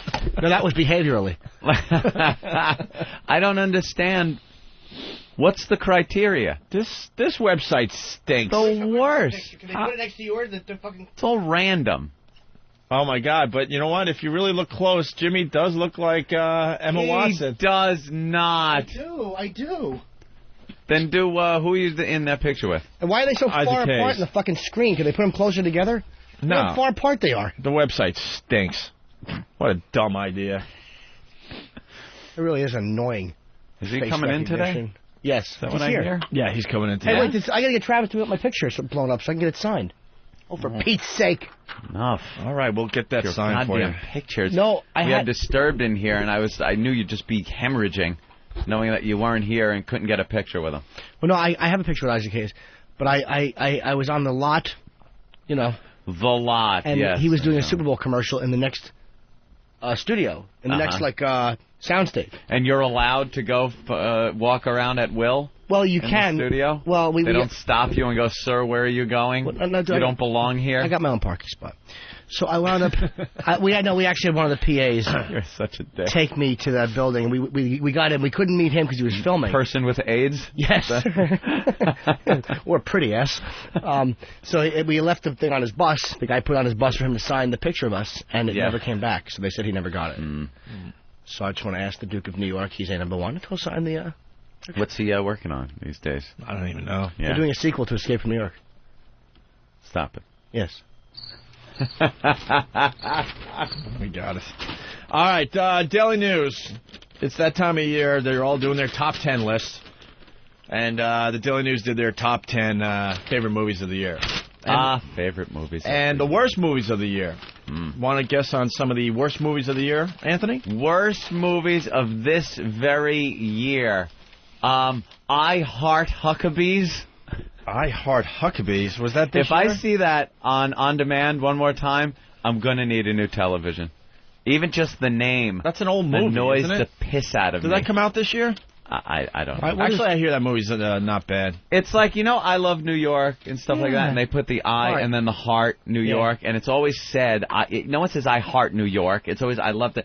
Well, this I Heart Huckabees, it's the same thing. It's supposed to be I love Huckabees, I guess. Whatever Huckabee says. And if I say it one more time, shoot me! Why? I want to hear it. I hate it. Why? Huckabees. All right, here we go. Huckabees. Worst movies of the year. In 10th place, Shop Girl, the Steve Martin film. About the book he wrote. Never heard of it, sir. Another fucking Steve Martin. By the way, can I just interject with Steve Martin? Yeah, go ahead. Jump in. If you want to have some laughs, I'm trying to get a bunch of guys together so we can go see No Bridge Cheaper here. by the dozen two. No bridge here for him to burn, I guess. I guess you saw that Steve Martin could never, ever help your career, and that's why you're doing this. Jimmy. Nice. Dude, I was riding around listening to King Tut and having a few laughs myself. King Tut. So Shop Girl is Unfunny. the 10th worst. Stoner's not movie a of the word. year. You fucking wig-wearing doucher. He wears a wig? Oh, does he? Does he? Jesus, it makes fucking Eric look natural and comfortable. Long live the dry look from Gillette. That's the hairdo he has. Happy Days. It's the Happy Days Dude, hair. you need your hair person to, like, blend it in, man. All of a sudden, it just goes to long in the back. And it fucking goes way out like an awning in the front and just dangles. It stinks. It's really awful. Clip your dumb bangs. And then he wears a hat, and it's like the stupid little kid hat he's wearing. Yeah. Do you know you just cannot win no matter what you do? He's figuring it out. Well, how about wearing a cap like a man and putting it like on your head straight where it touches your forehead instead of on the back of your head where you should be going, gee. Like Spanky. Exactly. Like All an right. R-gang kid. 10th place, Shop Girl. 9, a movie called Mindhunters. Anyone see this movie, Mindhunters? Never heard of that. Never heard of that one, right? Then there was... Oh, yes, I do know what that is. No, you don't. It's about a guy who goes around a bunch of people with Down syndrome and just goes, nope, nope. Nothing here. Oh, this looks... Nope. Nope, that's just a reflex. Jesus. All right, we're going to see how good you are, Jimmy.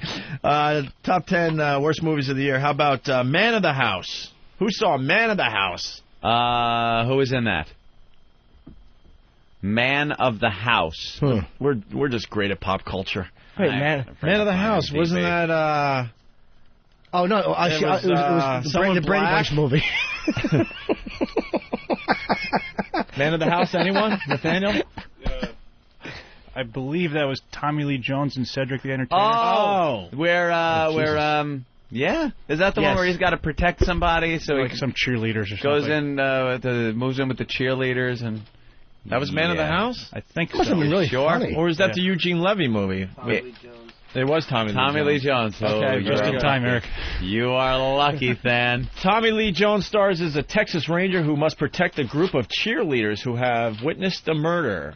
Oh, my Great. God. How did that not win? Fantastic. That sounds movie. good. One of the worst movies of the year. Also, Although there's probably some hot cheerleader scenes in there. I bet Yeah. there's some redeeming value. Yeah, they probably dance low with their pom-poms and make up a funny one. Yeah, and then Tommy Lee Jones, they taught him a cheer. Yeah. So he did it to make it really funny. And Cedric was there. But Cedric walked in the middle of the cheers, so they had to stop it because they said, give me an N.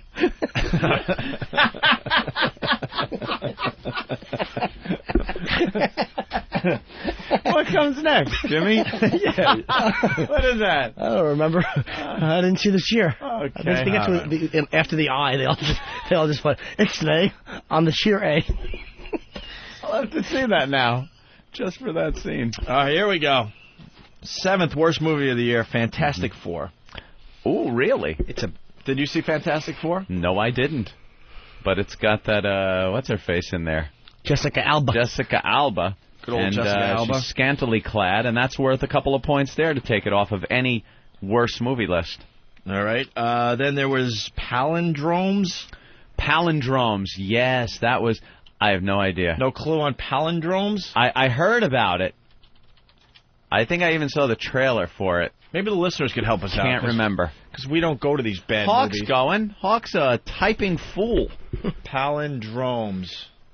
Still can't find it on IMDb. He doesn't know how to spell it. Holy shit. All you have to do is look over here and you can spell it right. P-A-L-I-N. Yeah. D-R-O-M-E-S. Exactly. Palindromes. Fucking child sweater. Palindromes. Dumb racing stripes down the middle of it. Aviva is 13, awkward, and sensitive. So far, so good. All right. Sounds hot. Her mother, Joyce, is warm and loving. As is her father, Steve, a regular guy who does have a fierce temper from time to time. And a teeny stomach. The film revolves around her family, friends, and neighbors. Ugh. Awful. Ugh. What? It's a teen angst story. It's a coming of age. Coming Coming of age. Coming of age. Yeah, that sounds horrid. All right, I'll put that in the top 10 Where are you awful looking, movies. Ope? What page are you looking at? I'm not sure. I'm not even going to look because I want to be surprised. Yeah, you want to be surprised. Don't look over there. 5th place. Worst movies of the year, Dukes of Hazzard. Didn't see it. I didn't see it either. But again, there's some hotness in there. Well, the music video is just amazing. Dude. What? Dukes of Hazzard. It's like, but even if there's hotness in it, it's not real hotness. And to be in the worst films, it's kind of expected to be kind of a bad movie. It was a real bomb, though. Yeah. A real stinker. Okay. It should have been. Good. All right. Fourth place, The Bridge of San Luis Rey. Oh, now that was good. You saw that? No. Yeah. Isn't that where Clint Eastwood goes around taking pictures of the bridges of San Luis Rey? Mark, instead of looking at pictures of Anthony as a kid, could you help me out here? Jesus. I was cute as a little button. Yeah, what do you? Why are you looking at pictures of Anthony? Puggles Kumia. Why are you looking at pictures of Anthony as a kid? Something else in a folder. What were you looking at? Caught with his pants down? what folder was that? Things I jerk off to? I turned to my left here to get a little help with this, because this bit stinks. IMDb. and I see Hawk looking at a picture of Anthony in a fur coat when he was 8 years old. IMDb should be up there constantly, You can look for that other thing later. The Bridge of San Luis Rey. Right. Go to Hair Care Tips later. Hawk Sperling. All right, let's see what this comes up as. There you go. Not only the president, I'm also an incompetent. Plot line of The Bridge of San Luis Rey. 5 people are killed in a freak accident when a lofty rope bridge collapses. That sounds all right. Then, the film details a priest's journey to discover if there was a divine reason for the bloody disaster. They know what happened. Borefest. The 5th person was Ben, and he herked and jerked until the bridges gave way. This movie is a remake. It was first made in 1929. Oh. Boy. Classics. All right, what was it called? What was it called? The bridge we should build between here and Mexico? No? That's kind of corny. Worst movies of the year in third place, Be Cool. Yeah. Haven't even seen it. That was the sequel to what? To the one that was good. To Get Shorty. I didn't even like Get Shorty. No? You don't like Get Why? Shorty? Nah, I just didn't dig it. I thought it was kind of corny. Didn't do it for me. I loved Get Shorty. I didn't hate it. I was just like, runner-up, worst movie of the year, according to the New York Daily News, Diary of a Mad Black Woman. What the hell is that one? I have no idea. Did anyone see any of these Entertainer? movies? Yeah, another one. I have no idea. Any black movie is Cedric the Cedric Entertainer. does some really bad films. All right. This is who dresses as the chick? Yeah, it's another one of those they didn't dress black up? guys dress up like. Wait, that's a real lady? I thought I'm looking at the poster thing and that Than's shaking his head no, and Than is never wrong. Well, Than, help us out then. I think it's just some guy in drag pretending to be an old black woman. Some guy in drag. Yeah. All right, the plot outline. A couple with a good marriage that seems solid actually begins to crumble when she discovers her husband's intentions for divorce. Hit more, thank you. You might want to hit more before I start reading. Yeah. It really help me out, actually. Yeah, it might help a little bit, Eric. Helen McCarter has everything a woman wants, a nice house and rich husband. However, after her husband Charles throws her out of the house after admitting to an affair, a distraught Helen turns to her mother, grandmother Madia, and cousin Brian, who take her in and turn back to God. What? Huh? Wait a minute. Helen learns I nodded off for a second. To stand up on her own 2 feet and is ready to remove herself from her relationship with Charles and move on with Orlando. But when her husband is almost killed by a vengeful client, Helen wonders if she has the heart to forgive him despite everything. Helen cuddles little Jimmy Norton, tells him everything will be okay. A frosted beehive hairdo. But then Jimmy Robinson comes in and ruins everything. Oh, I got a picture of the Monster Rain porch, by the way. You do? I photographed Get out of here. You got a real picture of the Monster Rain porch. The actual Monster Rain porch? Monster Rain porch. The porch itself, I think, has been replaced, but it's the actual, it's like it's wood now. It was metal, but it's actually where it was. It's the same place. It's the same porch. Yeah? Did you knock on the homeowner's door and say, hey, yeah, want to have a little fun? You want to come on here and humiliate me for a few minutes for old time's sake? Can't do it, Jimmy.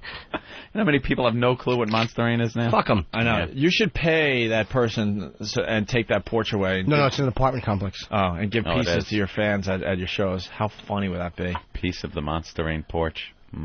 It's not a bad idea. No, it's a fantastic idea. Yeah. How could you do it? Well, grab a couple pieces of it anyway. Chop it up and give them a little piece of your childhood. Piece of the Monster Rain Holy porch. crap, some dude from Queens is saying Mad Black Woman is good. No, he's not. John in Queens. Yeah, I think the movie's actually really funny, guys. I know you guys don't want to watch anything that's black. That's not true. I watched the news. The guy who wrote the movie is the guy who plays the woman. This guy was homeless like a few years ago. And actually, it's a pretty good movie. Why is it a pretty good movie? You know what? It's funny because this guy just throws the woman out of the house, and then the old woman, the guy that plays the old woman, the transvestite, he looks like a transvestite really in the movie. It's funny because he's the one who convinces her, you deserve half the money, and you should go after this guy. She wants to go after him with a gun. She's really, really funny. Like, the old black women, how funny they are in those movies. Shut up. All right, thank you. Dan in Connecticut also says the movie wasn't that bad. Dan? Hi. The movie's not bad. The grandmother, she's fun as a hell. And she beat the shit out of him in the movie. Where are you Very from? good movie. Where are you from? Originally? Yeah. Brazil. Brazil. Okay. Yeah, why not? So it seems like American people won't like this movie. Exactly. It's a funny movie. Seems though. like this movie wasn't funny movie. in the theaters in the South. Why not? No, I don't think they played that there. All right. It's a funny movie, Holy though. crap. Now we got someone from Dallas who saw it. Rhonda. Uh-oh. Yeah. None of you guys are convincing us that this was actually a good movie. Exactly, you dopes. This movie is hysterical. All of my girlfriends got to. It's kind of a chick flick, but all of my girlfriends got together, and I thought, I'm not going to be able to handle this. This is going to be silly. It is hysterical, and the guy's name is Tyler Perry. Is it better than that movie about the comfy pants? Yes. What the hell is the name of that stupid movie? Sisterhood of the Traveling Pants. Yeah. See, Opie, these girls... Sisterhood of the Traveling Mom Jeans. The Traveling Mom Jeans. These girls, I guess, are all palsy, and each one of them has some kind of a story to tell. They're advertising that on my on-demand, and I'm like, ugh. And no way they all fit in the same pair of pants. I saw one chick was pretty hot, and then one had a big fat ass. Yeah, and one chip is shaped like a turnip, and they're supposed to and they're supposed to fit in the same pants. Sisterhood of the Traveling Gunny Sack. Here's something. Why don't you get a few actresses that almost look like they could fit into the pants? Sisterhood. Anything Sisterhood with of the. sisterhood Oh my in the God! You title. stretched out my pants. Exactly. Unless the question is, where'd you hide the diamond? And it's about, maybe she put it under by her sister's clit. And all she could say is sisterhood before she dies of some unknown ailment. We hate the comfy pants movie. That's sisterhood. It's stupid. What was the other one? The one with the an American quilt. Oh yeah. Well, I didn't see that one. That's old school though. And isn't it? yeah, then what's the other one with the Jap family there? I don't know. Oh, the Good Luck Joy Luck Club. Yeah. What is that? God, I don't know. It's a good movie. Yeah, shut up. You're a chick. Of course it's a good movie. It was made for you. Dunk. Wasn't a good movie. Any movie. It was made for your simple mind.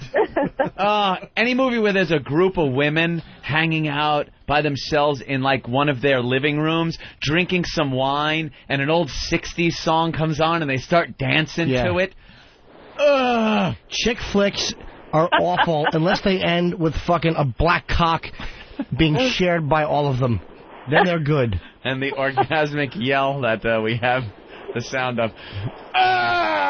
They're good if there's an ass cave involved. Yes.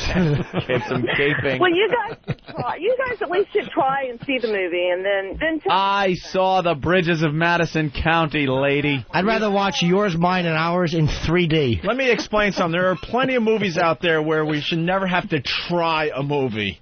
You either want to go because the previews look good, but you're not sitting there going, I think I'll try this. I want to see the Yates starring in We Drown Yours, Mine, and Ours. Well, have you ever not wanted to go see something and then you saw it on cable and you thought, wow, that was a pretty good movie? No, it's never happened. Never.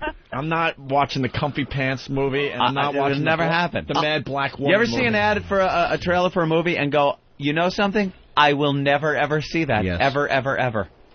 And have no problem with it. And the Comfy Pants movie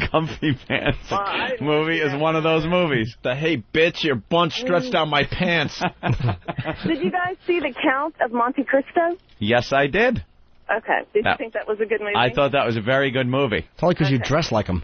I like the clothes of the era. All right. I paid a lot of gold doubloons for I this. saw that too, but I thought it was cunt. Rhonda, what did you like about Mad Black Woman? It was just the humor. It was just really silly, off the cuff, funny humor. It wasn't off the cuff, miss. It was written. Okay. They didn't improv the movie. Written, it was a very funny movie, and I didn't expect it to be funny. I really expected it to be stupid, but it was actually pretty good. Well, can you name one scene that you thought was particularly funny? Yeah, there was one scene where the wife threw the husband in the bathtub. He got shot and he was paralyzed. And so she tried to help him out, and she threw him in the bathtub, and she was so angry at him, and he was about to go under the water. Fucking dope. Cackling like a fucking hen at that, were you?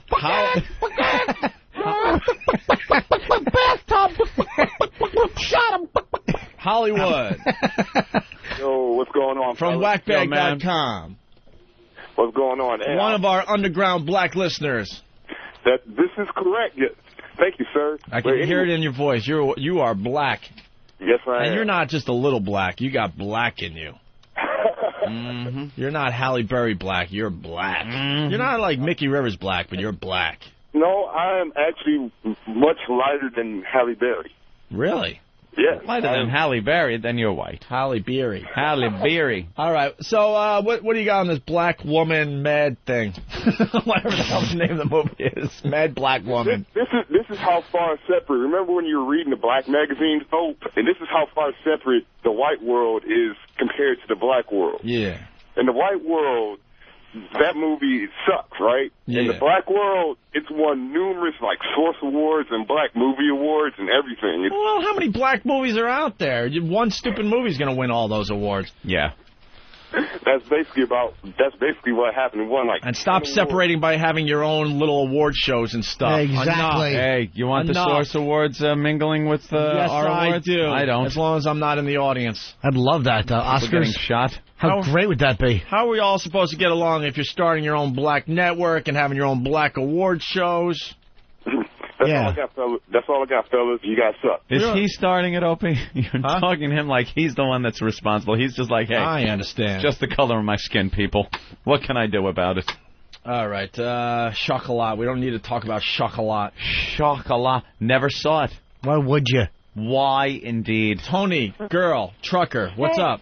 Hey, well, I was watching the movie. It was kind of funny in a couple of parts, but then it got to the end, and there was this whole church scene about forgiveness and God and the gospel, and I thought, oh, my God, I was looking at my girlfriend, and I'm like, what the fuck is this? I mean, this is cheesy, and I cut it off after that. And I turned to my girlfriend. All the girls get together. What movie do you want to see this weekend? I'm sorry. I'm just watching Dugout Doug eat, and it's disgusting. Is that what that is? I thought that was the fucking Kong trailer. I thought it was the Kong trailer. He is just loading spoonfuls of shit into his mouth. Oh, Doug, you are disgusting. Why don't you explain what's happening to the rest of the country there, Anthony? Well, of course, we've discussed it on the air a few times. We've discovered Pal Talk. Pal Talk. Oh, no. God damn, he just showed his fucking ass. I was just going to do the same thing. That is so fucking hot that he did it first. Disgusting. Pal Talk is, it's pretty much video conferencing, Opie. All right. You set up a camera, you get into a room, you get a couple of hundred people in these rooms, and each one has a camera. Sometimes they don't. Sometimes they could just listen. The microphones and everything. And you log on. And we are logged on. So people can kind of look in, and the odd thing is we can punch up other people's cameras also. So we can watch people watching us, and Dugout Doug, of course, from Whackbag, is on, and he was just sitting there eating. And I watched you eat, I've watched him eat. I've never seen a monster shovel bigger spoonfuls of shit into their mouths than Dugout Doug. Wonderful. Disgusting. Hey, how much is a good camera? I never owned one.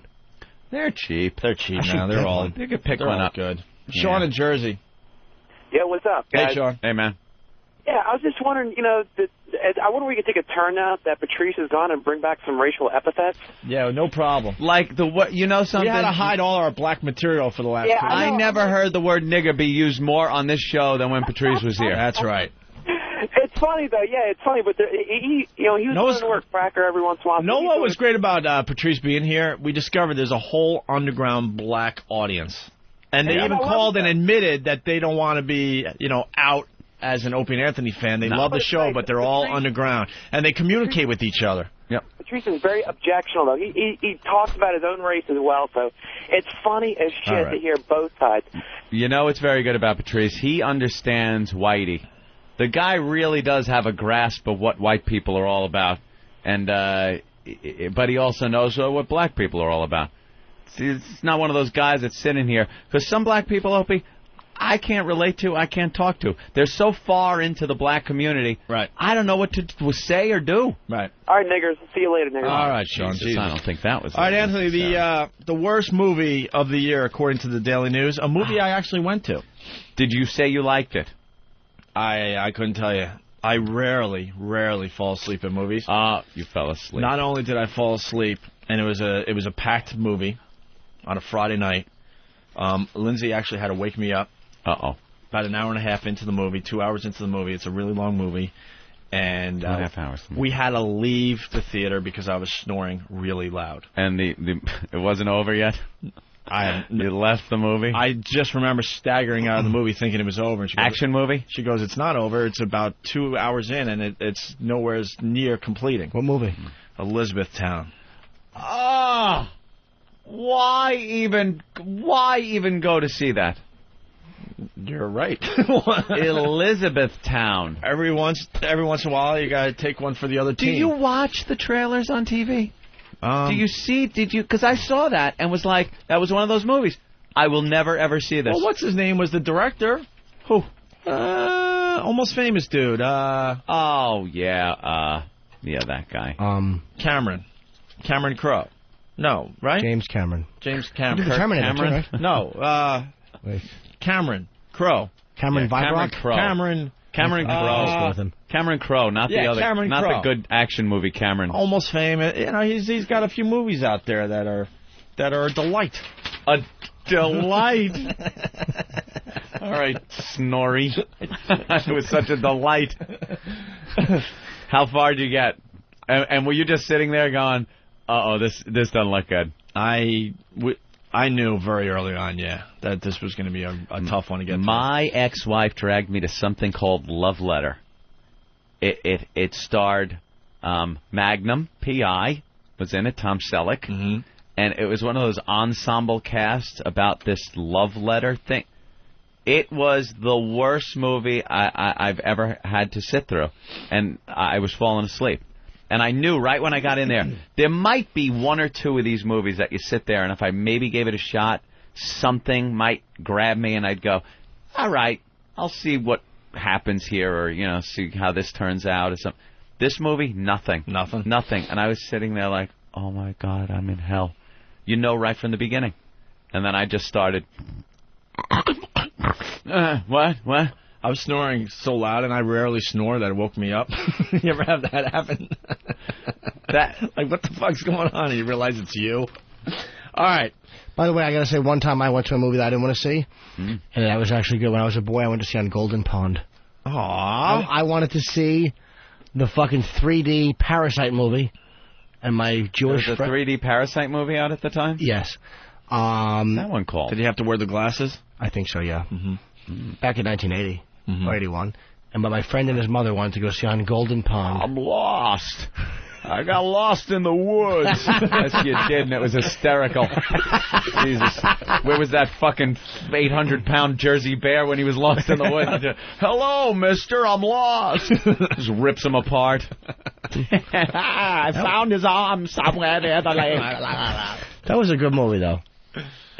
You didn't like it? It was touching. It was all nice. Sweet it was blonde boy in the boat. It was one of those movies like, God, what the hell was that one with Mary Tyler Moore and Timothy Hutton? Oh, God. That was great. That was a really Ordinary good movie. People. Ordinary People. But it was one of those that I was like... Some Oscars were given out for that movie. Best Supporting Actor, Timothy right. Hutton over Joe Pesci, and Best Director, Robert Redford over Martin Scorsese for Raging Bull, and Best Picture over Raging Pesci. Bull. Yeah, Raging that's the Bull? year Raging Bull got screwed. De Niro won, and everybody else lost. That's right. Including fucking Scorsese. Robert Redford. A lot of controversy that year with the Oscars. What happened to Timothy Hutton? Where did he go? I was great in that movie, and Taps. Taps was amazing. Yeah. Love that. Sean Penn. And Tom Cruise was great. Yeah. Didn't he marry last good movie. Bonnie Raitt? Who? Or who was the actor that married Bonnie Raitt? Noonan. Noonan yeah. from Caddyshack married Bonnie Raitt. How weird is that? And that's right. That's the one I was thinking of. And Timothy Hutton was in a great movie called Q&A. Hey, Timothy Hutton, by the way, is still acting. Yes. In something, what? Well, that people haven't seen? There's a movie he did, you might remember, called Turning Green. And that was this past year. He also did Kinsey. He was actually good in Kinsey. He was in Kinsey? He was very good in Kinsey. Yeah, see that one. There goes that bit, because I saw that movie and he was very good in it. There's a bunch of movies, though, like 5 Days to Midnight, Sunshine State, Secret Window. What happened to Timothy Hutton? Like I said, won the Oscar too young.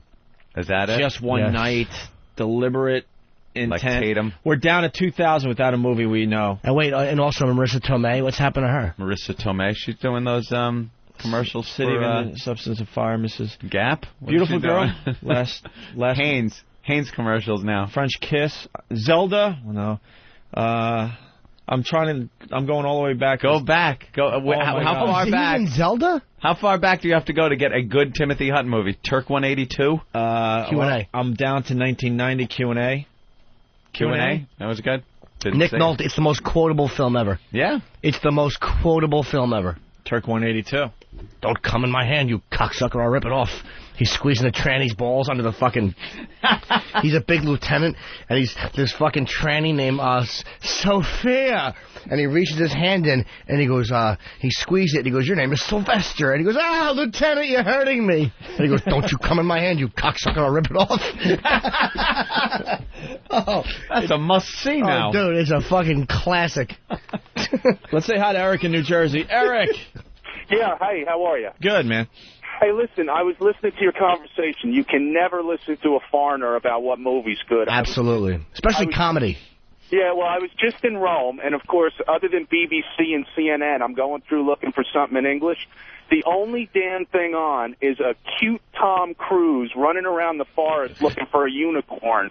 Do you remember that movie? No. And out of all the movies in the world, he's like, had to be 16. Yeah. And he has to save the unicorn and put its horn back. Believe it or not, I was so bored I watched it. But wait, is that what Tim Curry is the devil? It is, and it did have a hot chick in it when they turned her evil. You saw this movie, huh? I saw part of it. I remember Tim Curry was actually pretty good as the demon, yeah. All right. But out of the whole domain of movies they've got to pick in English, that's the one they've got on. That's the one, huh? All right, Eric. All right, take it easy. Thank you. Let's go to Jeff in New York. Jeff? Hey, how you doing, guys? Hey, you got an idea for betting day? We're going to try to get this together in the very near future. Yeah, just bear with me. It's kind of long, but it's worth it. Oh, boy. Bet on how long it takes Big A to speed read a difficult passage of Rent Boys. Yeah, Rent Boys. Well, we got to start or somewhere anything, with these or bets. anything. All right. What was so long about that? It was 3 seconds. Sorry about that. Email the boys with your betting ideas, because we want to do a whole show revolving around weird bets. Just imagine Big A trying to... And then you guys, at the office and stuff, you could bet along and try to make some money along with us, all right? I think we could use half a Hulk face guy for something on the street. Oh, yeah. Maybe we could ask him to ask women something and see how many women he has to go through before they actually answer him, acknowledge him, give him what he wants. Right. Or we could walk into, again, let's go back to the makeup store thing, and start going, look what your product did to me. Don't use the Maybelline. That would be hilarious. Too bad the guy, he doesn't have a sense of humor. We could do so much with him. Yeah. Well, then he has a sense of needing money for alcohol, so pay him to do it. He could have a picture he ripped out of, like, GQ. This was me! This was me! Well, they could morph the picture like these whackbaggers do, morph the picture of both sides of his face. Yeah. And say, this was me, and I ate one of your ever-loving gobstoppers, and look what happened. He would just be thrown out so quickly. He could claim it's a peanut allergy. Never-ending gobstopper, by the way. What did I say? Everlasting. No, it's an everlasting. What did you say? Everlasting. You didn't say everlasting. Never-ending. Never-ending. What did you say? I don't remember what you said, but it was wrong. Whatever. I stink because I can't even call you out on it. Exactly. All right. I shouldn't know that. When we get back with the Opie and Anthony program. Than comes in. What, Than? What's the answer? Than, clear it up, please. Jim, you said ever loving. Ever loving. That's what you said. Whatever. It all depends on where you put it. That's right. That's right. You have a gobstopper pounded into your rump with a mallet. You're ever loving the man that removes it. When we get back, we're going to do the top 10 movies of the year according to the Daily News, okay? Well, there's two different lists, Soapy. What, you got another list? You have another list too, sweetie. Oh, I didn't pay attention to the broads list. Good boy. What? Chick flicks? Well, that's a broad's point of view. Ugh. This is a man's show. Exactly. You got to give the number one. That's a lot of women. One, huh? You got to give the number one broad one, though. Where was it? Just to show that it's like a... All right, yeah, we'll figure it out. We'll do that. Yeah, we'll compare the two lists and see how we think differently. This is going to be nuts. Oh, my God. It's crazy. Strap in. As we go to break, I want to thank Howard Stern for promoting XM Satellite Radio for us. Of course. We got a brand new... He's a big fan of the platform. We got a brand new XM Satellite Radio commercial done by Howard Stern. It's new to us, so I'm hearing this for the first time right here. You got AM, you got FM, and now it's time to get XM. XM is the #1 satellite radio service, and it's doing for radio what cable did for TV, offering more choice than ever before with over 100 digital channels of music, news, sports, comedy, talk. XM's got a channel for just about every type of music, from hip-hop to album rock, heavy metal. They even have a channel for unsigned bands. Now you can hear the music you love the way you want to hear it, completely uncensored, and 100% commercial-free, and in digital quality sound. It's easy to get XM. XM is available at electronic stores like Best Buy and Circuit City, or you can get it in new cars, including many General Motors, Honda, and Acura vehicles. Visit xmradio.com for details. Beyond AM, beyond FM, XM, satellite radio. Hardware and required subscription sold separately. Get infected. Jason, what's up? The reason I was calling is you guys were talking about the missing guy on that cruise ship with that blood stain and the Russian mafia and all that shit. I was on that ship. That guy did not commit suicide. That's for goddamn sure. How do you know? Were you hanging out with him at the buffet? No, I wasn't hanging out with him at the buffet, but I saw the blood, and I'm telling you, from the height where that guy's room was to that blood stain, there's no way just falling to create that amount of blood. There's got to be people that plan it out and go, look, we'll be on a cruise ship. Yeah, a little slight push, and I'm a little good. Drink, maybe slip her a little Mickey, and then give her the heave-ho. They'll never find her to do toxicology. What goes through your mind to give your loved one, because there was a time you loved this person, what goes through your head as you're giving her the heave-ho? Not even the heave-ho. What goes through your mind when you're, because you're already committed at the heave-ho. Right. What goes through your mind when you're like, honey, we're going on a cruise. Right. Like, and you hold the tickets up knowing I'm going to kill this fucking bitch. The ticket wave. Yeah, the ticket wave. You got both of them in your hand, you're waving them like a fan.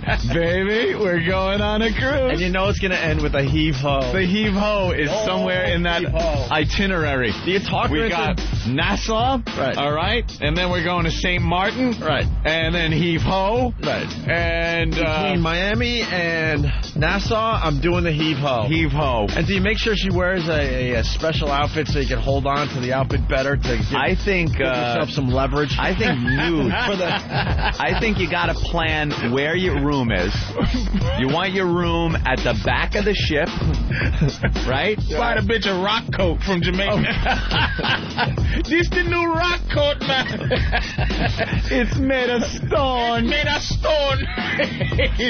Zip the rock coat and throw overboard. Here, throw this rock coat on, man. You want to buy a beautiful rock coat? We'll braid her hair with some big stones. It's a big stone, man. Yo, get the... Did you get her the stone flip-flops too, man? Some fucking Jamaican knows the deal. Oh, here's the rock coat. Here's a song that's playing as you're heave-hoing. All right. People dancing on the upper deck. And you bump the bitch off right in the conga line? Come on, everybody. Come on, one more time around the promenade.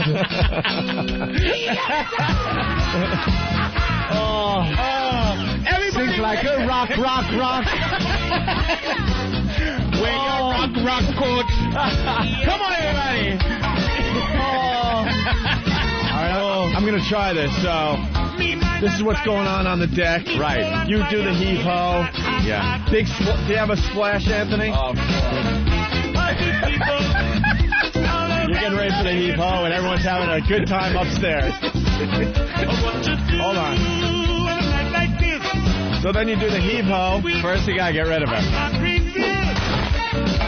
Crack her on the head. All right, you knocked her on the head. But she's complaining. Then the splash. Oh, that was the splash? Yeah, you got it. All right, here we go. That's what she hears. It's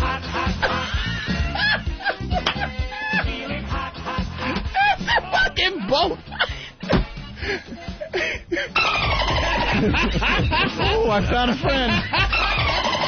Then reality sinks in and it's over. That's the boat. The boat's sailing away.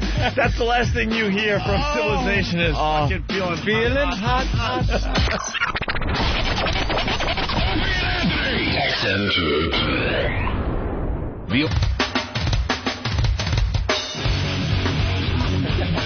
All right, we're back with the Opie and Anthony program with lots of confusion. Someone fucked up. The homeless shopping spree is tomorrow, not later today. They ran the wrong promo. We're going to be broadcasting live tomorrow from 3 to 7 on the East Coast, a different show time.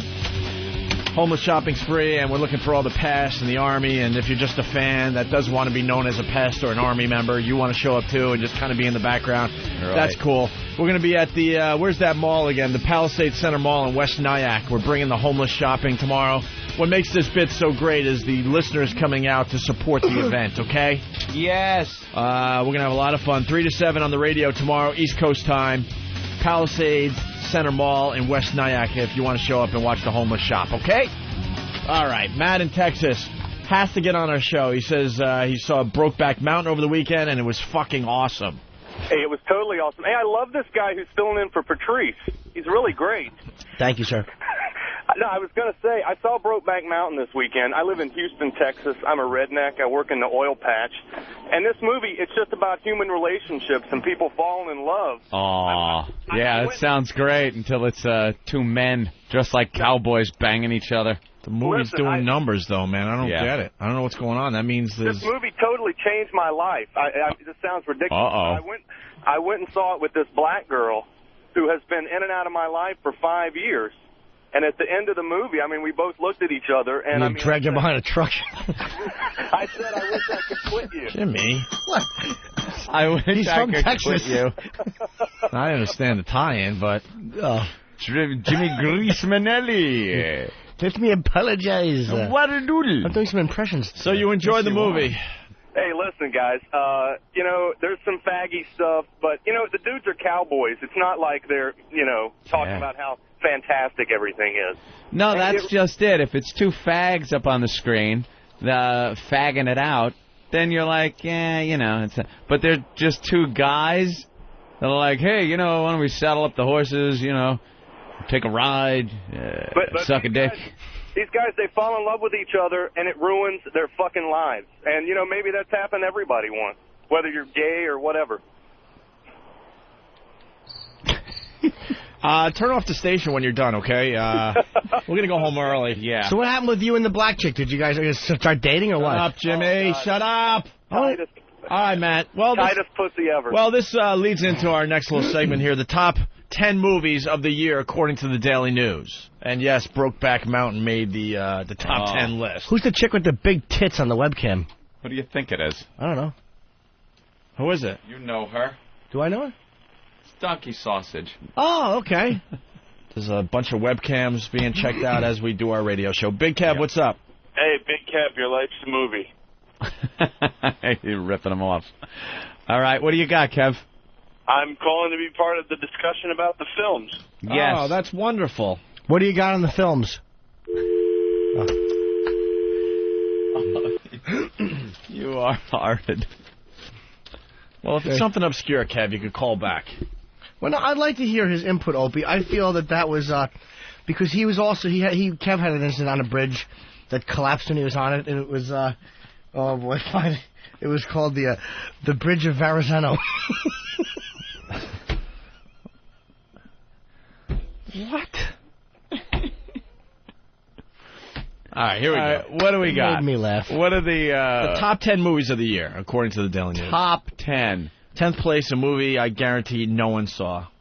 Hmm. We just don't broadcast to this type of audience. No. The Three Burials of Melquiades Estrada. Stop. The Three Burials of Melquiades Estrada. I refuse to accept that. That came in 10th place on the list as the top 10 movies of the year. The Three Burials of Melquiades Estrada. No matter how many times you say it badly, I still don't know that movie. I try. You try to say it, man. Melquiades. Meliades. No, you have to pronounce it. No, you don't. It's silent. Shut up. I took Spanish. It's Melquiades. Like a little cunt. I'm really a pain in the ass. All right, here's the plot summary. A man is shot and quickly buried in the high desert of West Texas. 3 times. The body is found and reburied in Van Hornstown Cemetery. Pete Perkins, a local ranch foreman. Pete Perkins, you said? Pete Perkins, Pete Perkins, kidnaps a border patrolman and forces him to disinter the body. With his captive in tow and the body tied to a mule, Pete undertakes a dangerous and something journey into Mexico. What's the word? I'll spell it. Quixotic. Quixote. Quixotic. Come on, it's not Quixote. Quixote? No, quiche. A quixotic. Oh. A dangerous and exciting journey into Mexico. Exciting. I'll go with exciting. Anyone see this movie? No. Have you heard of this movie? Never. Did you see a preview for this movie? Nothing. Where the fuck were they showing this movie? One of those Nothing. art houses? All right. I don't think we need to discuss that movie because it looks like the listeners have not seen it. No. Either. The Three Burials of Melquiades Estrada, 10th place. In 9th place, Crash. Great movie. I liked Crash. Yeah, it was good. Great movie. Mm-hmm. No other comments on that. Just we all enjoyed it. There's nothing to bash. I mean, what are you going to bash about It completely did what you didn't think it was going to do. Like, every time you thought they were going for a hack angle, they did the complete opposite. I loved it. Don Cheadle was fantastic. The ending was terrific. They didn't wimp out in the end. Don Cheadle is very underrated. He's one of my favorites. Actor. He's not underrated anymore. He is underrated. He was underrated for many Jamie years. Foxx is walking around with an Oscar. Cheadle isn't. He was Sorry. great in Ray, though. Sorry. He was great in Ray. No, he wasn't. You didn't see Ray. I saw enough trailers. You did not see Ray. He's having an opinion about Ray. He's doing a goddamn impression. He was great, though. I got to say, he was great in that. Give me an award for doing dice. He couldn't. Give me an award for doing the dice impression. He had the glasses. He couldn't see. He was blind. He saw the glasses were fine. You could see right through them. No. I'm sure he wasn't really blind. He had an operation. If he gouged his eyes out before that, perhaps he should get some other kind of award, not an Oscar. If anyone he be should acting, not he'd really be blind. Don Cheadle is a better actor. Do you know Donkey Sausage tried to get me into his birthday party in L.A. And Who's Don Cheadle or Jamie Foxx? Fox's. And if it turns out I actually could have went. But? I actually, it was so late by the time she told me I was on a date. Now he's an A-lister, and that Absolutely. annoys the living And shit the out fact of that me. he has like a retarded sister is like irrelevant, I think. Really? According to her, yeah. I think the bottom line is that I think he's a great actor, and that shouldn't be a factor. Why would you even bring that up? Oh, I thought it was common knowledge. We all have retardations in our families. Stop laughing! You're stupid! Yeah, Jimmy. You're stupid. Adam in New York. Adam? Yeah, I just want to say, I love your show, but, Opie, you went to Geneseo, you're an idiot. You don't know how to pronounce quixotic? What's up with that? What is it? What is it? Quixotic. No one in this room got it. I know we're not like a think tank here, but... Not only I cannot pronounce it, I don't know what it means. What does it mean? Well, you went to a state school, so hey. I was in a fraternity. I didn't go to class. Exactly. I got a fake degree. It's about time I tell everybody. A fake degree? I got a fake degree. I cheated on all my finals. I was the one that started something that goes on to this day in Geneseo. I went through the garbage, found all the finals, used to sell them to other frat houses and sorority houses. Nice. I made a bloody fortune and never had to study for an exam. And in the meantime, I did a little radio at the college radio station, and look where I am today. Look. But as far as the classroom, I didn't go. I paid a guy named Coach to write my final paper in Russian history. Good for you. It was the best $100 I ever spent. Oh. And I never heard that word by the way, so I'm sorry. Is it an English word even? Quixotic. Caught up in the romance of noble deeds and the pursuit of unreachable goals. Idealistic without regard to practicality. Capricious. Impulsive. At worst, his scruples must have been quixotic, not malicious. Holy crap. So you're saying that Voss is quixotic for being in show business? He was a quixotic dancer. You fucking dolt. You're not supposed to struggle if you step in quixotic. Let me see.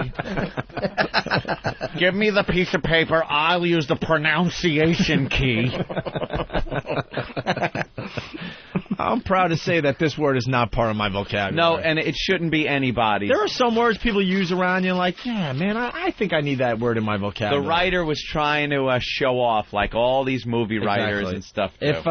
If you use that word in everyday speech, you should be hit over the head with a hammer. Quixotically. I love the people that use big words around you to make believe they're smarter than you. It's like, ugh, stop. Yeah. The pomposity is just really monumental. Right. Rick in Florida, what's up? Hey, how you guys doing? Hey, how you doing? Listen, Jimmy was actually the closest out of the bunch. It does refer to Don Quixote and his chase for windmills. That's where the word quixotic comes from. And Opie, you make the rest of us Harbor Fields alumni very proud with your knowledge there. Hey, what year you graduate there? Same as you, 82. All right, there. Harbor Fields High School. They were known as the Greasers.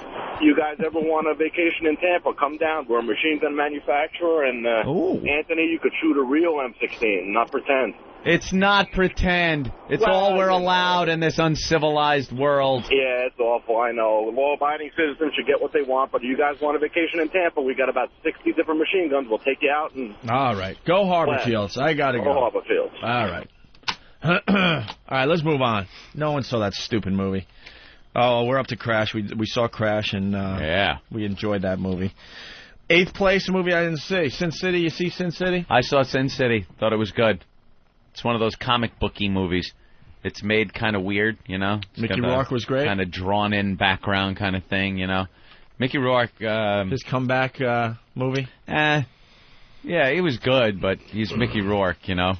Kind of, and he was all distorted facially.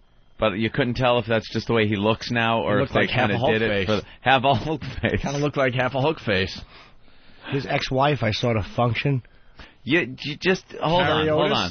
Wow. Could you just get a duffel bag, and every name you drop, just drop it in there, because they're all over the floor now. Wait, no. All of Jimmy's names. The Hulk got some to pick up over there. I got some over here. But just keep them neat in a duffel bag. No, do it. No, there's some names. Yes. I'll tell you why. Yes. It was an event I went Hollywood. to. No, but I don't even know who she is, and I didn't meet her. An event you went to. But, no, even something like that. No one's going to these events. I'll tell you why. You think everyone in California goes to these events? You talk about them like everyone's going. You are turning into this Hollywood jaded guy. No, that's not true, This event I went. I met the wife,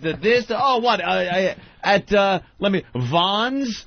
Were you at Vaughn's supermarket? Anthony, were you at Ralph's supermarket? I don't shop at Vaughn's or Ralph's because I don't like the way they treat the Did you go to the Ivy for lunch? No, I eat a lot in, I eat Sushi Nozawa, and that's all I eat. Which is a good place. What was the last event you and I went to, Anthony? An event? Yeah, he's got all these events he's going to. That was I went to meet the fucking I couldn't even tell you guy. the last event I went to. Wait, who's the guy? Yoshi, took me. It's where I met Steven Seagal. It's who's the guy? Who's the Buddha guy? It's a lousy name to drop. The Buddha guy? I wanted to meet him. The Harry, what's the fuck's his name? Turbo guy? No. Richard Gere? Yeah, but his guy.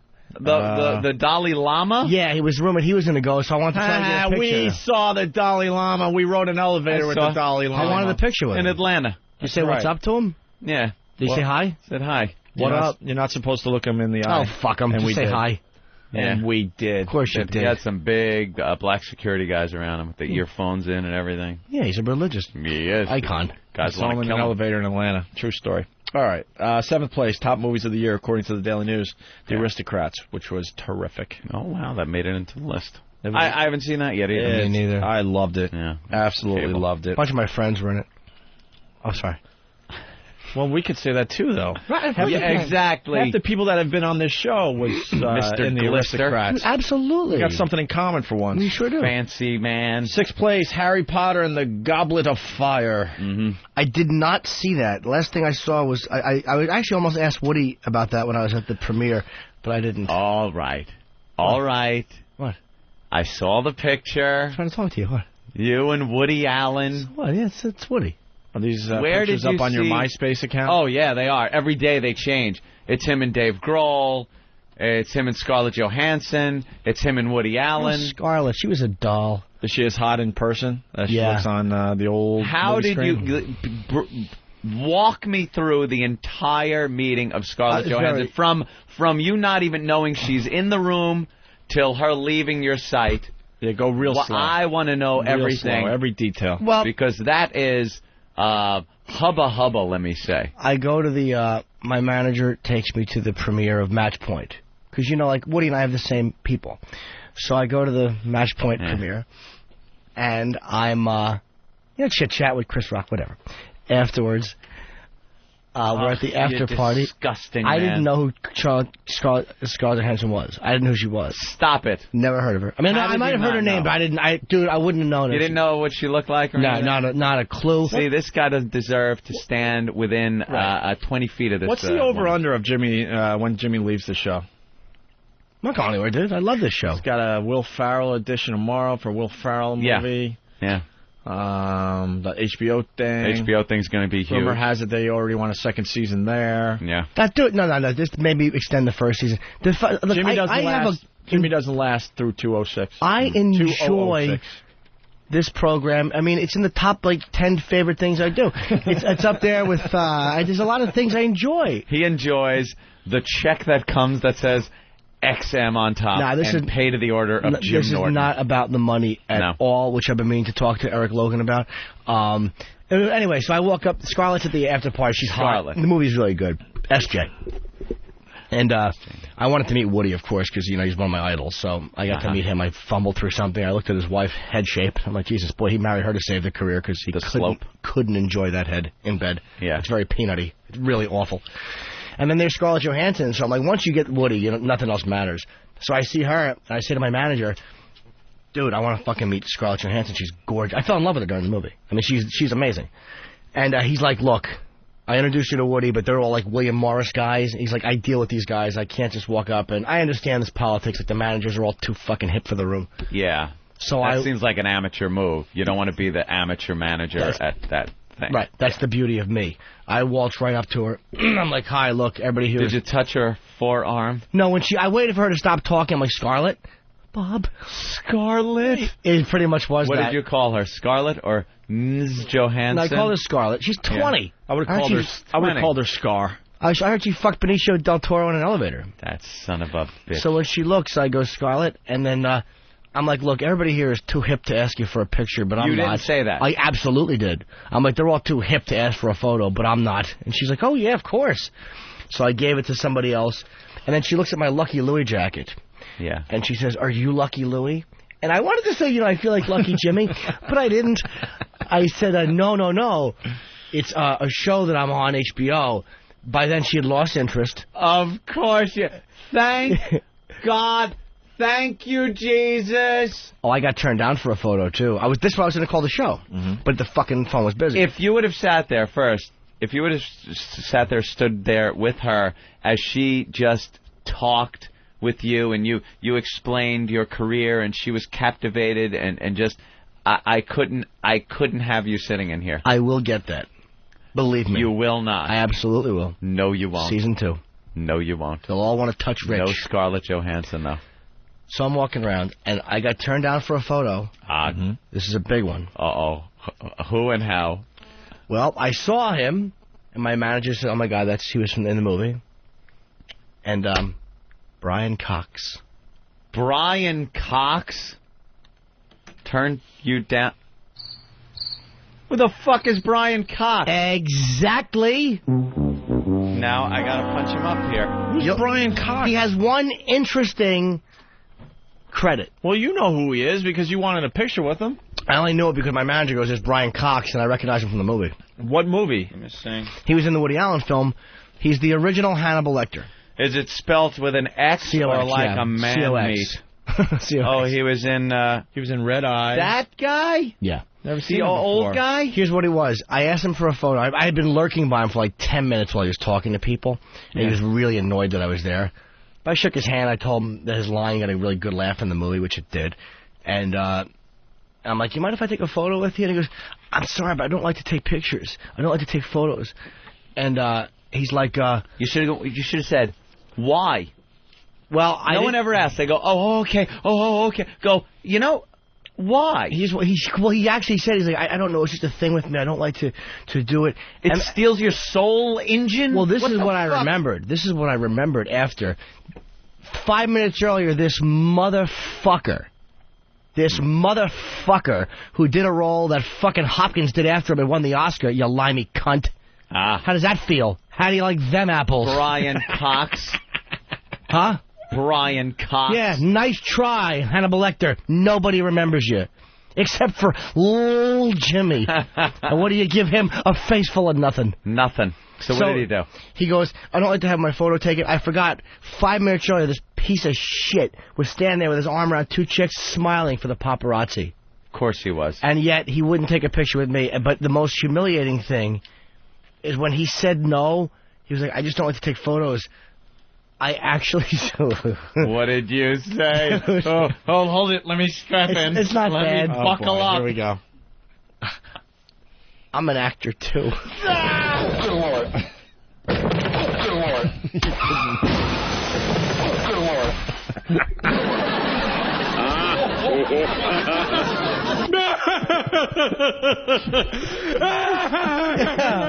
Did you see that jerk?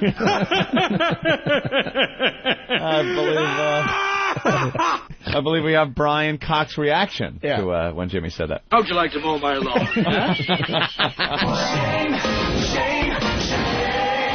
Shame on you. And Jimmy, as Brian was walking away, When takes the message? We're waiting. Wow. Oh, is that bad? You really said that? Dude, I was ashamed as it was coming out. I'm an actor, too. I said it like in a desperate, like he would go, "Oh, let's do a photo." Like, I thought you were just... Well, sure. I thought you were just some scumbag coming up to me. But, He went, and he walked away from me. That's really But I'm an actor, too. Oh, that is horrible. That's cute. But I guilted Ellen Barkin into a photo. I got Ellen Barkin for this. Ellen Barkin? Yeah, because Colin had met her at the Cellar. She was there at Gabriel Byrne. Yeah. And fucking they're hanging upstairs with their kid's birthday party, and Colin was like, "Yeah, we love talking about this boy's life." So afterwards, I see her outside. I'm like, "Would you mind a photo?" And she's like, "Well," I think because she was with her kids.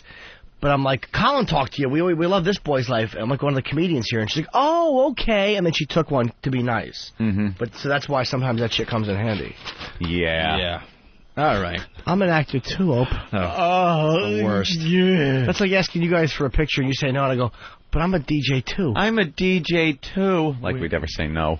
That's like fucking asking Eric for a picture. And he goes, "No," and you say, but I have Lego person hair, too.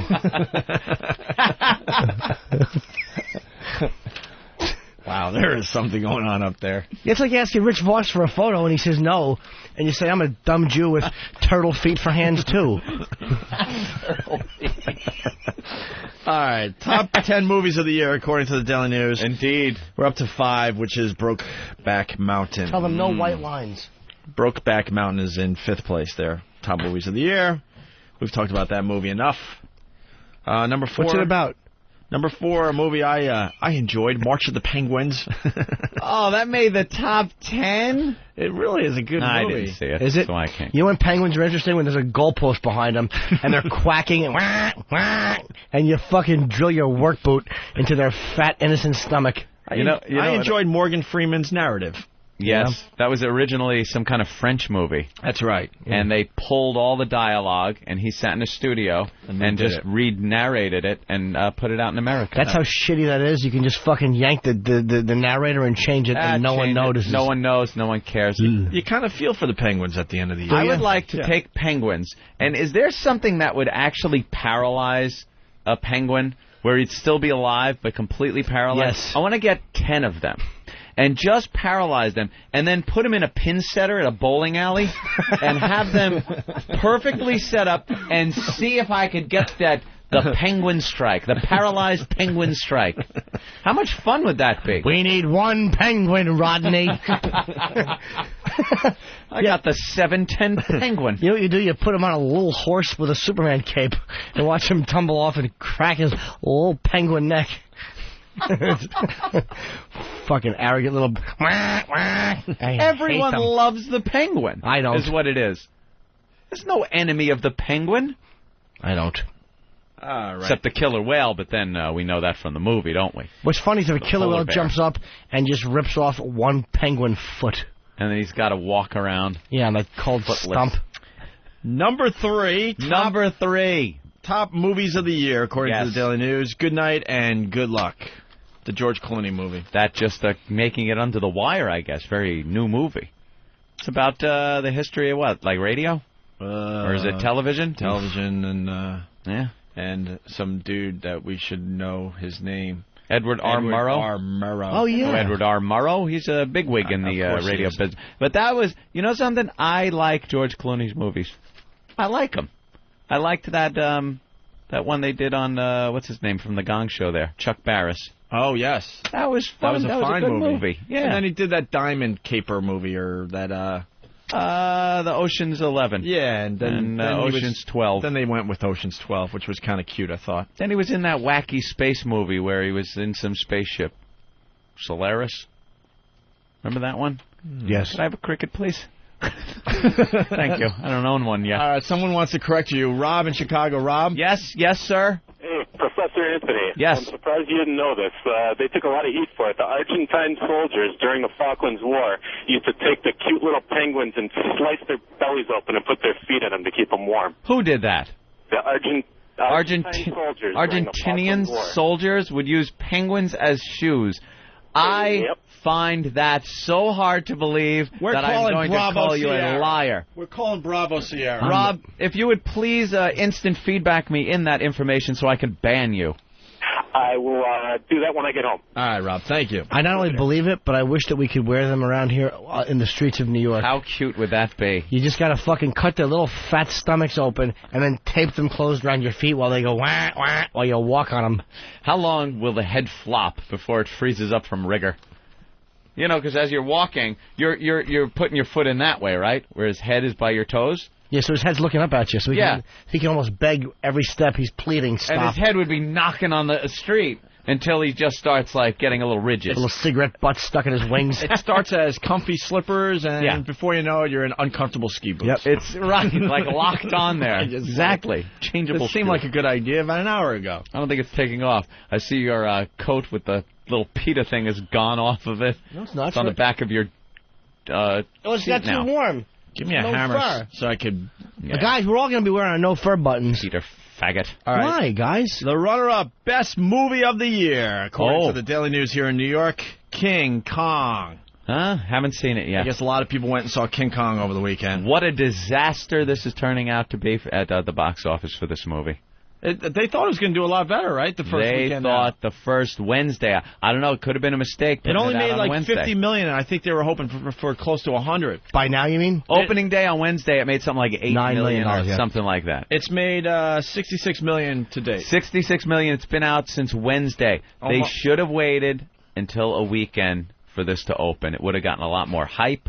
I think they would have gotten a lot more people in there. Why'd they do it on a Wednesday? Because they're greedy. They want, like, the big build-up so that by Sunday, when all the movie totals are out, they could say, King Kong so far has made this amount. Dude, what assholes. Meanwhile, the rest of the movie started on Friday, and now it's kicking them in the ass. The reality is, it's a good movie, but it's not a great movie. Well, they were predicting it was going to pass Titanic.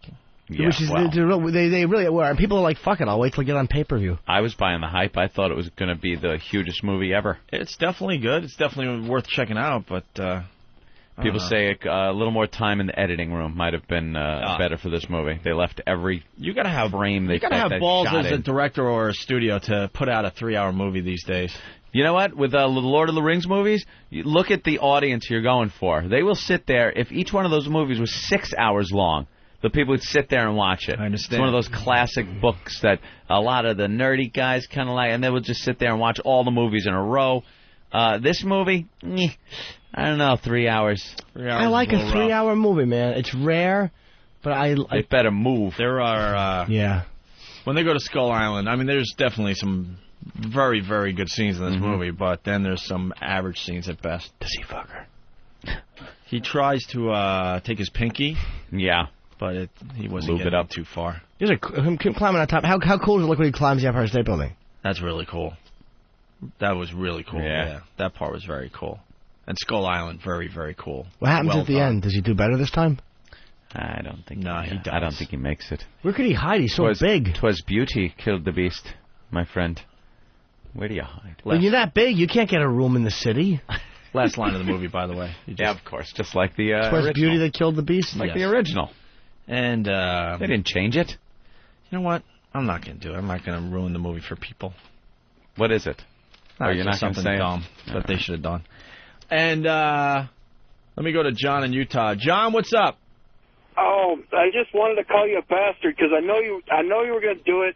You never give the number one of any list, and it just drives us OCD people crazy. John, today I give the number one movie. Yes. Of the year. We like to be unpredictable on this radio show. Giving. Oh. You were expecting me to just pass this on and move on to something else, but no, today we give you the best movie of the year according to the Daily News, and it was my favorite movie of the year. A History of Violence. Oh! A movie I told Anthony as soon as I saw it. I'm like, Anthony, go and see this tomorrow. It's a great movie. With Viggo. Viggo? Viggo's in that. Viggo? Viggo Mortensen, isn't he in that? Who's Viggo? Viggo, right? But who is he? Viggo. I don't remember. Viggo. How do you spell it? He was in Lord of the Rings. Oh. Oh, that guy, yeah. V-I-G-G-O. Yeah, now that I see his picture, yes, he was in the movie. Yes. He's like the main guy in it. This guy, Jace, is an ass. What? A History of Violence is just a great movie.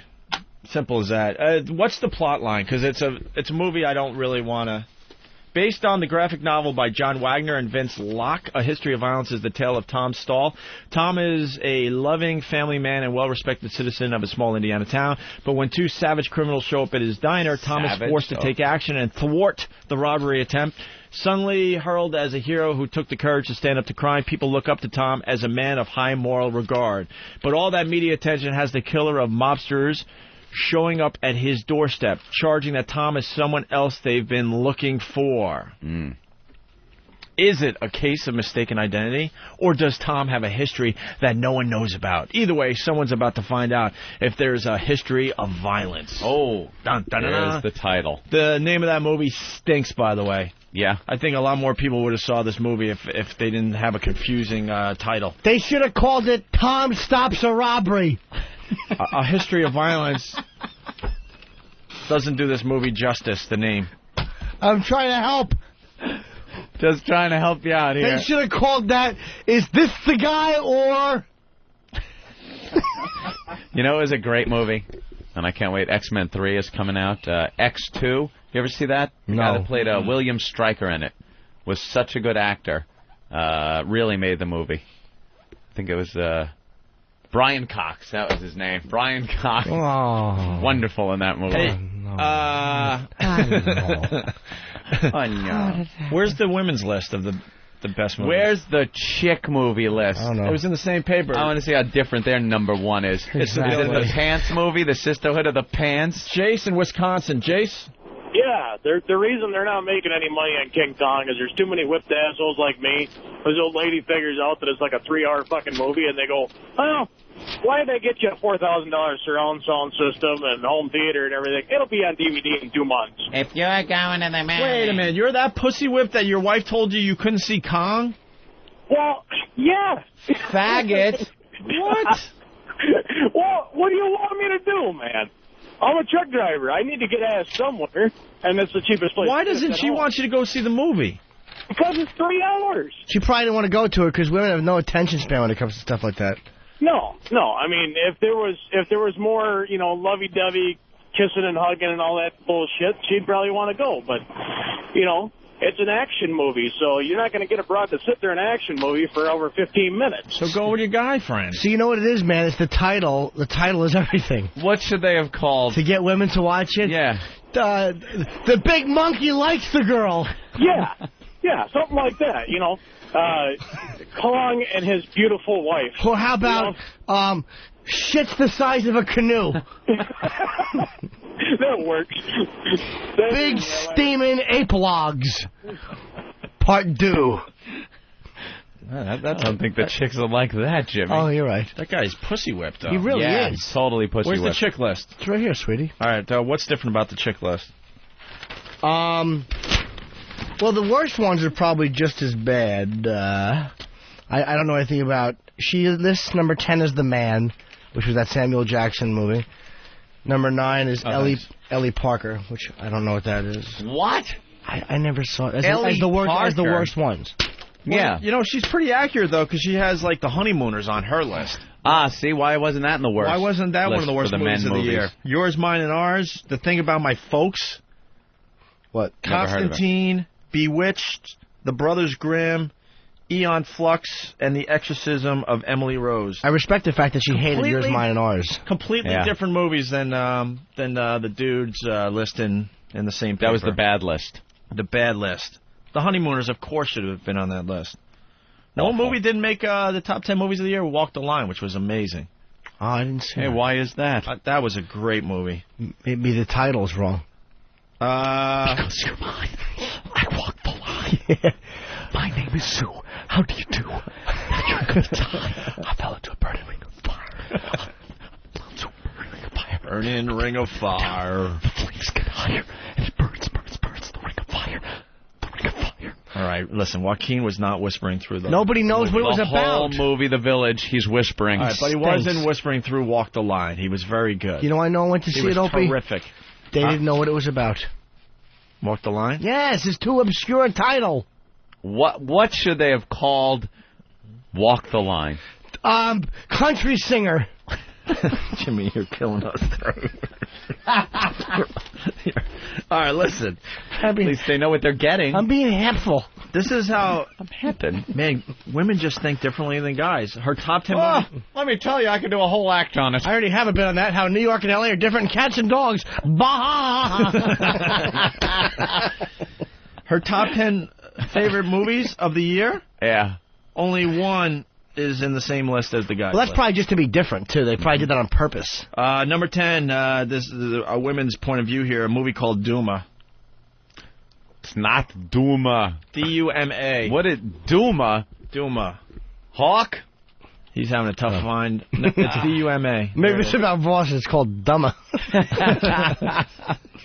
Oh, my God. D-U-M-A? An orphaned cheetah becomes the best friend and pet of a young boy living in South Africa. Oh!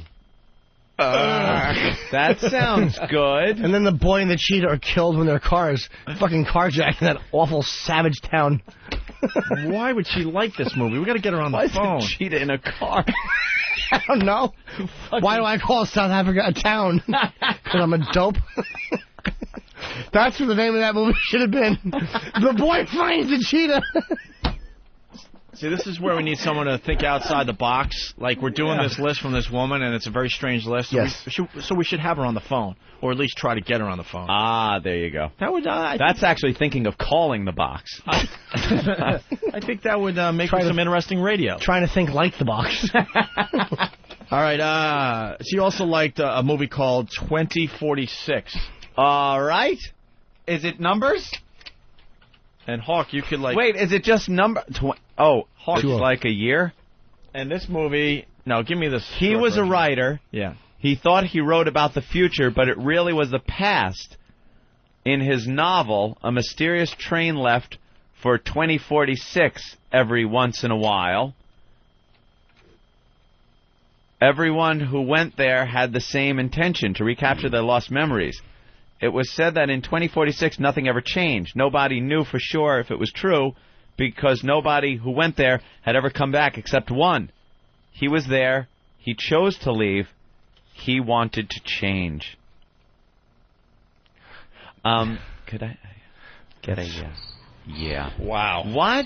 Like, and I'm just a sucker for any time kind of travel movie, different movie. People think it's a different time movie, thing like that. And that's kind of why I like The Village, which people thought, the time that they were... I like that Back to the Future movie. It was terrific. Want to go back in time. The power of love. The power of love. Oh, is that an atrocious fucking song? How do you not... Huey Lewis was in the studio the I know other day. he... Let me drop a name. Huey Lewis, my friend. Don't drop his cock on your foot. huge? I heard it's massive. That fucking Power of Love is atrocious. Power of love is a curious thing. Make one man weep, make another man sing. Yeah, Change exactly. your heart to a little white dove. It's more than a feeling. It's the power of love, my friend. And Listen now to this. Huey will say the same Can thing you I cut just the said. music for a second? Why? It's beautiful. How do you know that? Exactly. Because I've seen Back to the Future movies, probably all of them, 800 times. I've seen them too. What are you doing? Flying for Elton's wedding next week? I love the Back to the Future movies. I mean, didn't know the lyrics to that song. I got the box set. I watched them with the But director's how would you know cut. the actual lyrics? He gets choked up to that song. Don't need money. Well, I know Don't that. take fame. Don't need no card. I just know it. To ride the train? Yeah. I don't even think I ever did that, even karaoke or anything. It really? just got stuck in my head. Hey, you want to go in the bathroom and finger each other's asses and sing Jack and Diane? You know something? It sold a lot of records, my friend. I don't care. More than Black Sabbath. More than any one Black Sabbath song. It's because they don't have fucking that awful opening. What? Dun, dun. Well, it's for a movie, so it's got to have that It's gotta Back hit to the you Future fast. sound. That's right. Like Back to the Future. Don't need money. It's like a rip off a hole in the sky anyway. It's fucking dumb. You asshole. All right, here we go. She also liked Mr. and Mrs. Smith, that Brad Pitt. Oh, of course, because there's to really see. If that isn't a broad trying to review a fucking movie, I heard that stunk. Didn't see it, but it's going to make the broad list. All right, then she also liked a movie called George A. Romero's Land of the Dead. Okay, any of the Dead movies. I like those zombie movies. How about this one? Howl's Moving Castle. Howl's? As in H-O-W-L apostrophe S. The Howells? Howl's Moving Castle. Is that Thurston? She loved this movie. It came up Horongo Nuagondo Shiro. Look at Hawk how defensive he is so he doesn't get yelled at. That's what I got. Me too, man. I got the same Me and you thing. both, boss. How did that happen? I don't know. So we Is don't... it another one of those Wait, Jap Nathaniel imports? knows this movie? It's it's Professor Than. It's a Japanese animated film by the same guy who did Spirited Away. Oh, Spirited Away. I know, it came out a couple years ago. Oh, It was that's semi- wonderful. Thank you. Well, And what did they just put American words to it, dubbed it over? I guess so, yeah. His face has no lines in it. I'm youthful. Wow. You have no lines in your face. Is that a bad thing? No, it's just perfectly... Featureless? Yes. That doesn't sound good. Do you have any Sounds like a Star Trek character. You have any auditions lately? Not that you know of. Yeah, not that I'm telling you about. Boy, we completely blew that audition for I him. may know of one that you did, that you didn't get. That hasn't aired, and I didn't get it, so... So we shouldn't talk about it? You, going out on auditions, Tom? Here we go again. He went on another audition. He did? You want to tell everybody? No. No. What kind of audition? You have to tell us what kind of product. I'll wait till it airs, and I'll point to the guy it would have been. Is it a Can I do that? commercial? Because I'll still get thrown under the bus then. Is it a commercial? Yes. Okay. What kind We of can't product? talk about it now? No. Or are you just trying to get off the hook? No, I promise once it airs, I'll point to who the guy I would have been was. You know, Than did a short film, by the way. Yeah. I haven't true. seen it yet. I want to see that. I'm still waiting for All right, the he's wrecking, cut. he's wrecking my bit because I have a little dirt on him. Will Yeah? it get you in trouble? Is it good dirt? Yeah, it will. Seriously? Look It how might. he's even polite when it's like, yeah, that'll get me in trouble. Are When you he just wants saying to go, that 'cause you wanna "Listen, be off the hook?" motherfucker." What kind of trouble? Well, the same You kind don't of... want to be thrown under the bus, or is this real? I will throw myself under the bus. When it's all right, Yeah. that's fair enough because we kind of screwed up one of his auditions already. Do you think you have still a shot at it? He can't Never even rent in a my car life. in the United States. Yeah. Never mind, screwed up the audition. The guy can't rent a car. Yeah, we kind of messed it up for him. So. I apologize. I hope they don't. So really for once, I'm not going to people. be an asshole, and we'll wait. But You'll never work in this business again. I found out about Nathaniel never gets that part. I found out about one of his auditions, and it was cute. Yeah. It's perfect for me, Godfather. I play a jerk-off white guy in a car. All right. It was the best rental car I ever had, and I've driven all over the country. All right. Why didn't you tell me you work for Exxon, Tom? Here we go. More movies that this chick liked. Her best movies of the year.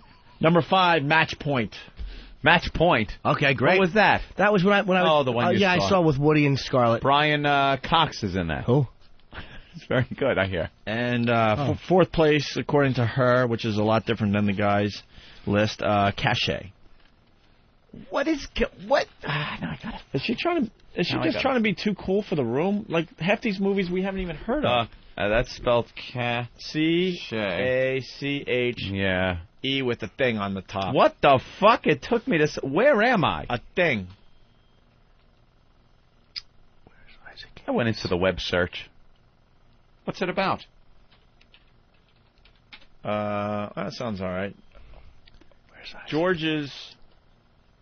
George's, who hosts a TV literary review, receives packages containing videos of himself with his family shot secretly from the street and alarming drawings whose meaning is obscure. He has no idea who may be sending them. Gradually, the footage on the tape becomes more personal, suggesting that the sender has known Jorge for some time. Jorge feels a sense of menace hanging over him and his family, but as no direct threat. That doesn't make sense. But as no direct threat has been made, the police refuse to help. That sounds like a ripoff of fucking Mulholland. What was the one with Robert Blake when he took video in the David Lynch movie? Yeah, Robin Williams? Highway. The Lost Highway. Oh, I'm Lost thinking about the Highway. Robin Williams 1 hour photo. Is 1 it? hour photo. No, this is videos of Taking pictures. this is videos of in the Lost Highway when Bill Pullman gets the videos and it's him and his wife sleeping. Love that scene where he's taking a shit and he's fantasizes that he's in the house. 1 hour photo. I don't remember. And he's taking a shit in the family's toilet. 1 hour photo was such a great idea, and they just missed the mark. Serious, Robin. And it still was a pretty good Wasn't movie, funny, but Robin. they should have waited and I don't know, whatever. I don't think it got didn't get frightening enough. Like, he was scary and all. No, I understand. Creepy. The idea was great, but they just didn't pull it off. He wasn't a big enough creep. Like I didn't like what he did. It was like there was nothing really bad about it. It should have been something. really No, awful. it should have been really creepy. Like, what did he make her do? Just lay on the bed and do some weird shit? Made them have sex or something? Yeah, but he never took pictures of them actually having sex. And they had sex. It wasn't like he was making them do something they never did. Right. And then he just took pictures of things around the room. Well, Yeah. All right, let's get through in this there. awful list by Sticking them out. by this lady Jamie from Yeah. Daily News. Her top movies of the year. Number 3, The Squid and the Whale. Oh, if I gotta look up one more movie. Jesus. The Squid and the Whale. It's about two people that go for sushi. Yuck. What is it about? I don't know. Jeff Daniels as the patriarch Ugh. of an eccentric Brooklyn family. Childhood claims experience. to once have been a great novelist, but he has settled into a teaching job. When his wife discovers a writing talent of her own, jealousy divides the family, leaving 2 teenage sons to forge new relationships with their parents. Linny's character begins dating her younger son's tennis coach. Meanwhile, Daniel's character has an affair with the student his older son is pursuing. Jeff Daniels, William Baldwin, Anna Penguin. Oh, Anna Penguin from The Piano? Anna Penguin. And number 2, Harry Potter and the Goblet of Fire. And finally, her favorite movie of the year was... What? Helper Rascal. No, it wasn't Helper It wasn't Rascal. Helper Rascal. It was Corpse Bride. What? The Tim Burton movie. Oh. You haven't seen it, so you can't make that face. I can too. Watch, I'll make this one. Just make one. You just made a half a Hulk face. Half a Hulk face. All right, well, there you have it. Very different. Wow. The two lists. We are Isaac Hayes is in now. traffic. Oh. We can't get Jamie on the phone. We can't get the bear guy on the phone that shot and killed that record. Oh, we'll get him. That record bear in New Jersey. We can't. There's King Kong clip up there on CNN. Look, they have a thing, CNN Business, monkey business. They're talking about the take, so they say Fruity monkey Cowboys. business. Brokeback, look at that. Cowboy controversy is how they present this one. Yeah, well, I'd like to fuck you. I can't watch them. I'd like to wrangle you like a steer. Yeah. God damn.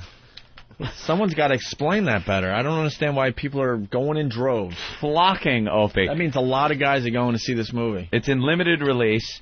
It was only in really a small number of theaters. Like 6 theaters or something. And it made a couple of million. Bobby in Verona, what's up? Opie, I gotta call you out. You're reading the wrong list. Why? Check out nydailynews.com. Go to the entertainment section.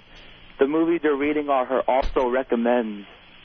Also recommends? Yeah, go to NY Daily News and just click on the entertainment section. It's like the first article. The only reason I read this list is because Jimmy said it. No, but Opie, it's on the same page. We just wasted 20 minutes, and they're just movies she kind of likes. You act like that's a novelty on this program to waste 20 minutes. Are you kidding me? We've wasted 2 hours and 56 minutes. Wait, we just... Well, the guys' list was right, but you're telling me the women's list is a lot different, and those are just other movies she liked? Yes. Holy Isaac Hayes is here. It's all good. Her favorite movie was King Kong. Let's hope my photo All right, comes. we don't give a crap what her list is then at this point. An hour and a half ago, I sent them for that picture. What? All right, we're going to go to break. We got to regroup. I'm sorry about that, Bobby. Peace out. We stink. We'll go to break with this. Hey, man, you want to go out and get a beer and burn one or something? I can't, man. The police, they got my car. What do you mean the police got your car? Just what I said. The police got my car. The police got your car? You stupid ass. The police, they got my car. Dude, I can't believe the police got your car. Ah, shut up, man. Police got my car. Police got my car. Police got my car while I was driving home from the bar. Dude, that really sucks. Police got my car. Police got my car. The police got my car while I was driving drunk from the bar. Son of a bitch, I want my Chevy for Christmas. I want my friggin' 60 Chevy for Christmas. You stupid dick, I want my Chevy for Christmas so I can go drink at the bar. Son of a bitch, I want my Chevy for Christmas. I want my friggin' 60 Chevy for Christmas. You stupid dick, I want my Chevy for Christmas so I can go get drunk at the bar. Police got my car. Police got my car. Police got my car while I was driving getting stoned in South Central. Dude, that don't rhyme. Shut up, man. Police got my car. The police got my car. The police got your car? Police got my car while I was driving home drunk from the bar. You got a Dewey, man. You stupid dick, I want my Chevy for Christmas. I want my friggin' 60 Chevy for Christmas. I told my bitch I'd have my Chevy for Christmas so we could get drunk at the bar. You stupid dick, I want my Chevy for Christmas. I want my friggin' 60 Chevy for Christmas. Son of a bitch, I want my Chevy for Christmas so we could go get drunk at the bar. Calm down, man. Ah, shut up, man. Ladies and gentlemen, here they come. Here we go. Waka waka. Give it to me. Suck it. He. What the fuck is that?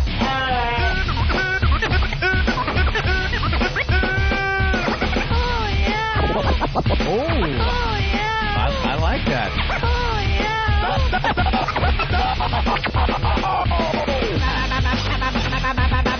What an ass. I can't believe. Are you insane? Oh, yeah. Oh, God damn. All right. Say what again? Come on, say what? What the fuck up?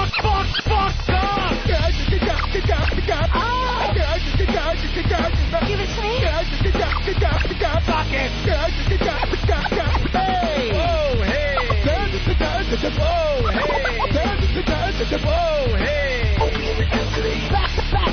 Back it off. Who's the black private dick has a sex machine to all the cheeks? You're damn right.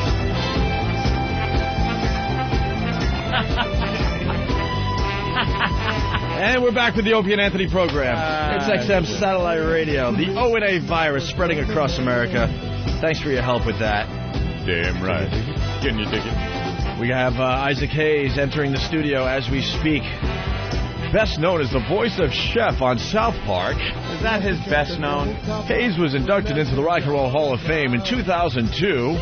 In 2004, Hayes appeared in a recurring minor role as the Jaffa Tolak on the television series Stargate SG-1. He was the on following SG-1? year, he appeared in the critically acclaimed independent film Hustle and Flow. Hayes is also an outspoken Scientologist. The top-selling Hot Buttered Soul 1969 was a breakthrough album. Hi, Isaac. How are you? Damn right. Yeah. Good morning, guys. Good morning. And all right. He has the greatest voice of all time. That's it, man. We're just reading your bio as you were settling in, and it goes on and on and on. You could sing with it and talk with it, with that voice. It's amazing. Nice, deep, yeah. Must have gotten the ladies back in the day, right? Still does, obviously. Well, I mean, back. I'm married to my fourth wife now. 6 months married. Fourth wife? All right, hold on. We're gonna start there. And a child is on the way. A child's on the way. I can talk about back in the day, but that's back in the day. It's not now. Right. Does it another unit at a time. Isaac, we understand this, and you prefaced it very nicely. I was mad. As to keep yourself safe. But it must have just been as easy as, hey, baby, you won't go back in my place. And it's over, Johnny, right? My crib or yours, baby. Like the Pied Piper, the chicks are just following him home. You can just tell with that voice. That's gold, that voice. But what are you doing with four wives? Well, you know, like you said, keep trying and trying till you get it right. No. Getting it right is not doing it again. After this, all right, let's say the first one. Now, I'll give everyone one, because I even have one. Look, man, I was give green everyone as, one. I was green as, can I say this? You can say anything. I was green as goose shit. That's goose shit is quite How old were you green. when you got married the first time? I was 19. I was green, man. Oh, no. I was a country boy. That's just dumb. Hadn't been anywhere. That's just, you know. What did you get? Well, where were you? Where, I was in Memphis, Tennessee. So you're in Memphis. You meet a nice young lady. Yeah. You decide that's the whole world. You don't know what the hell's going on out there. Right. You get married, and then all of a sudden, oh, man. Oh. An awakening. When I started working at Stax, me and David Porter started writing his songs. Chicks everywhere. And you're like, what did I do? What a smorgasbord. So now, I can understand that happening. You're like Superman growing up in Smallville, and all of a sudden you find out what Metropolis is like. I'm in Metropolis, that's it. Right. So I'll give you that. Why then, you get divorced, obviously. What makes you do it number two? Another one came along. Well, they'll always come along. They just keep on Hey, coming, I told you Isaac. it took me a long time to ripen. I was green as goose shit, I told you. Yeah, but, you know, a first wife won't only ripen you, she'll put a few bruises on the skin. That's right. And make you taste a little This mealy. girl had some nice ointment. Oh, is that it? Soothe my bruises, you know what I'm saying? So you marry her. Yeah. And kids with the first wife? Yeah, I got two. Two with the first wife. But I had one before the first wife. Oh, okay. So before you got married, you had one. How old were you for the first one? Well, first kid now. They were very close. I mean, all right. I was 19 and my kids were months apart. Wow. Yeah. So now you got some kids, then you get the first wife, you have a couple more kids, and then the second wife. Hold on, I'm keeping track. 3 kids with the second wife. All right, hold on. Give me a pen. My goodness. Hold on. I got it. You are working. One kid out of wedlock. This guy's Jimmy just got pregnant. Just from sitting next to Isaac. One kid out of wedlock, 2 kids with the first marriage. Yeah, now you got 3 with the second. With first, 3 more kids with the second. Now, what happened with the second marriage? And what year was this about? How that were you? was around, were you hitting? around 60. The second was around 65. 65? Yeah. And what are you doing for a living back in 65? I was writing songs. Writing songs? Working at Stax, yeah. Side musician, yeah. So, what happened now with the second one? Where'd that go wrong? Well, we're educating our listeners. Well, it went on the rocks.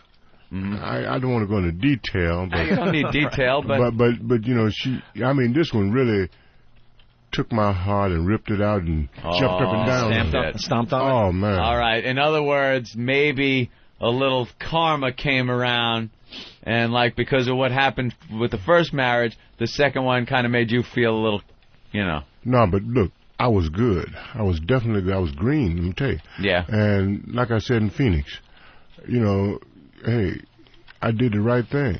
Yeah. But it just didn't happen right for me. And the second one, I was crazy mad in love with that man, and I felt like committing suicide. Oh boy! Oh no! When it went bad, and but my band members talked to me and everything and saved me from driving into a tree. They said there's a lot of pussy on that road. No, you hang in there, Isaac. They got together and went, if Isaac kills himself, we're fucked. How are we going to pay the electric bill? I'm talking meal ticket here, my friend. Well, I'm this tell you, guy alive. I had it so bad. Every woman that looked like her, I went for. Really? I had it so bad. What she look like? Oh, she was awesome. What'd she look like? You got like an actress maybe or something? She was high yellow. Yeah? High yellow? Yeah. Uh-huh. And she had legs and she From had there to there, right? All that. That's right. Nice ass bam. All of that. Yeah. And when I finally recovered from that, then David Porter introduced me, my co-writing buddy, introduced me to my third wife. All right, here we go. Third wife. Now, how long after the second was the third? Like, did you meet her? Enough time went by where you were able to get over the second wife? Well, I met her when the other one, when the second went bad.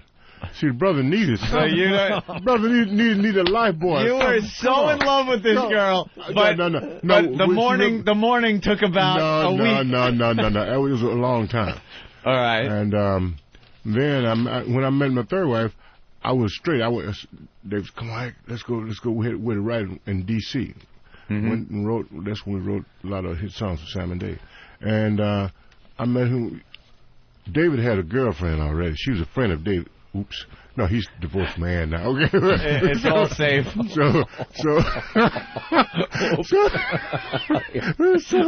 So Isaac Hayes blowing up everyone. No. Oh, they divorced twice now anyway. All right, so David said, come on, man. I went to D.C. with David, and he said, so-and-so is coming over to meet you, man. I said, okay. So in the hotel, I knocked on my door, I opened the door. She said, Hayes? I said, yeah. She reached her hand out. I shook her hand. I said, come on in. She had a big, long coat on. And she turned around me to take her coat off. When I took the coat off, bam! I saw naked, right? Man. Oh, man, I'm in trouble. With that ass up high, right? Right, Isaac? Come on. That's when those first minutes came out. You know what I'm saying? Oh, yeah. God. Isaac instantly, out of instinct, dropped to one knee and gave her a ring. No. No? No, I was strong. Yeah, I was strong. No. We talked that night and blah, blah, blah, blah. All that. And then, and then when she was ready to go, and the minute David heard the door slam and knocked on, we had to join the room. Hey, man, how'd you do? I said, man, I ain't playing. I'm not playing, man. I said, I'm straight. She was nice. She looked good and everything. So anyway, they supposed to come the next night. We were supposed to start writing at a restaurant in D.C. upstairs. And she didn't show up. And I got pissed. Not that I was going to do anything, but it's like a disrespect thing. And so I said, man, I'm going home. No, I can't. You can't leave, man. If you go, I have to go. I said, I'm going home, sucker. So I went on home, went back home. And a couple of days later, she called me. Hey, Hayes? What? Hayes, I got a cold. Daisy, she got a cold, man. She needs some medicine and stuff. I said, okay, I'm sorry, you got a cold and everything. So then... And that's why she didn't show up. No. No. She tried to give me that excuse. Yeah. Now she's going for the excuse. Wait, were you famous yet? I was a famous songwriter. Yeah. So then, she said she called one night. She said, I'm at a party. I want to go home. Will you call when I get home? I called her. She got home. Hayes, I need it's a coat I saw in some department store. Will you buy that for me? Jeez. I said, who in the hell you think I am? Yeah. Who in the fuck? So then she said, hey, nobody ever talked to me like that. I want to see you. Oh, she was digging it. Yeah, I want to see you. So now my other man was just kicking me in the butt. So I was so beat up, So I said, well, I took a plane and flew back up there and saw her. And that's when I got locked. So things happened, let's just say, and you hooked up with her. Yeah. And now that's the third wife. Yeah, we were together for 9 years. 9 years. So you got to have what, 9, 10 kids? We got 3 kids. 3 kids. No, I'm sorry. We got 2 kids out of that one. All right, 2 kids. Yeah. Out of that, okay. Kids out of that. And then in the meantime, he's up to 8 kids. 8 kids, 4 different women. Wow. In the meantime, God bless you. I sired 1, 2. I think, let me count now. 3. Yeah, 2 kids. 2 kids. 2 more outside of any of the wives. Ones we haven't counted yet? Yeah. All right, so 2 more. Add 2. 2 more. 2 more out of wedlock. And was that between marriages or kind of during marriages when the marriages start going on the rocks. Right, starts going on the rocks. It's a gray area. Right. It's a gray area. It's called on the rocks. That Isaac's a bad mother. What's your count? What's your count now? I'm up to 10, I believe. And 1 on the way now with the 4th wife. No, 10 on the way. 10, okay. You don't even know how many kids you have? No, I know. I mean, I'm just keep up with the times. Is it about right? Yeah, that's right. Okay. And then that was after the 3rd one started going bad. Right. And then that was another one. My youngest. Another wedlock? No, another child. That's 11, isn't it? That's 11. Wait, so now we got 3 out of wedlock? Mm-hmm. Yeah, that's 11. All right, we got 11 kids.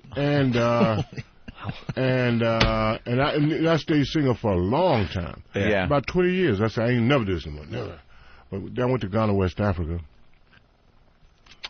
And I met this... Uh-oh. Oh, no. An African woman? Oh, yeah. Oh, you're in trouble. See? I hear about you guys. You go there, you get all spiritual and shit. You go to the motherland. and then all of a sudden you're like... Trust me. Oh, my God, Isaac. These chicks start clicking at you. No, that's Clouser. I'm talking Ghana is Western Africa. Yeah? Clouser is South Africa. You were in West Africa. West Africa. What, like north? No. It's West Africa. It's west near. Ghana is on that cape. The little bulge that comes out of there. Yeah, comes out there. On the underside. Underside of that one. It's bordered on the south by the Atlantic Ocean. Mm-hmm. And it's bordered on the west on the east by the Volta River.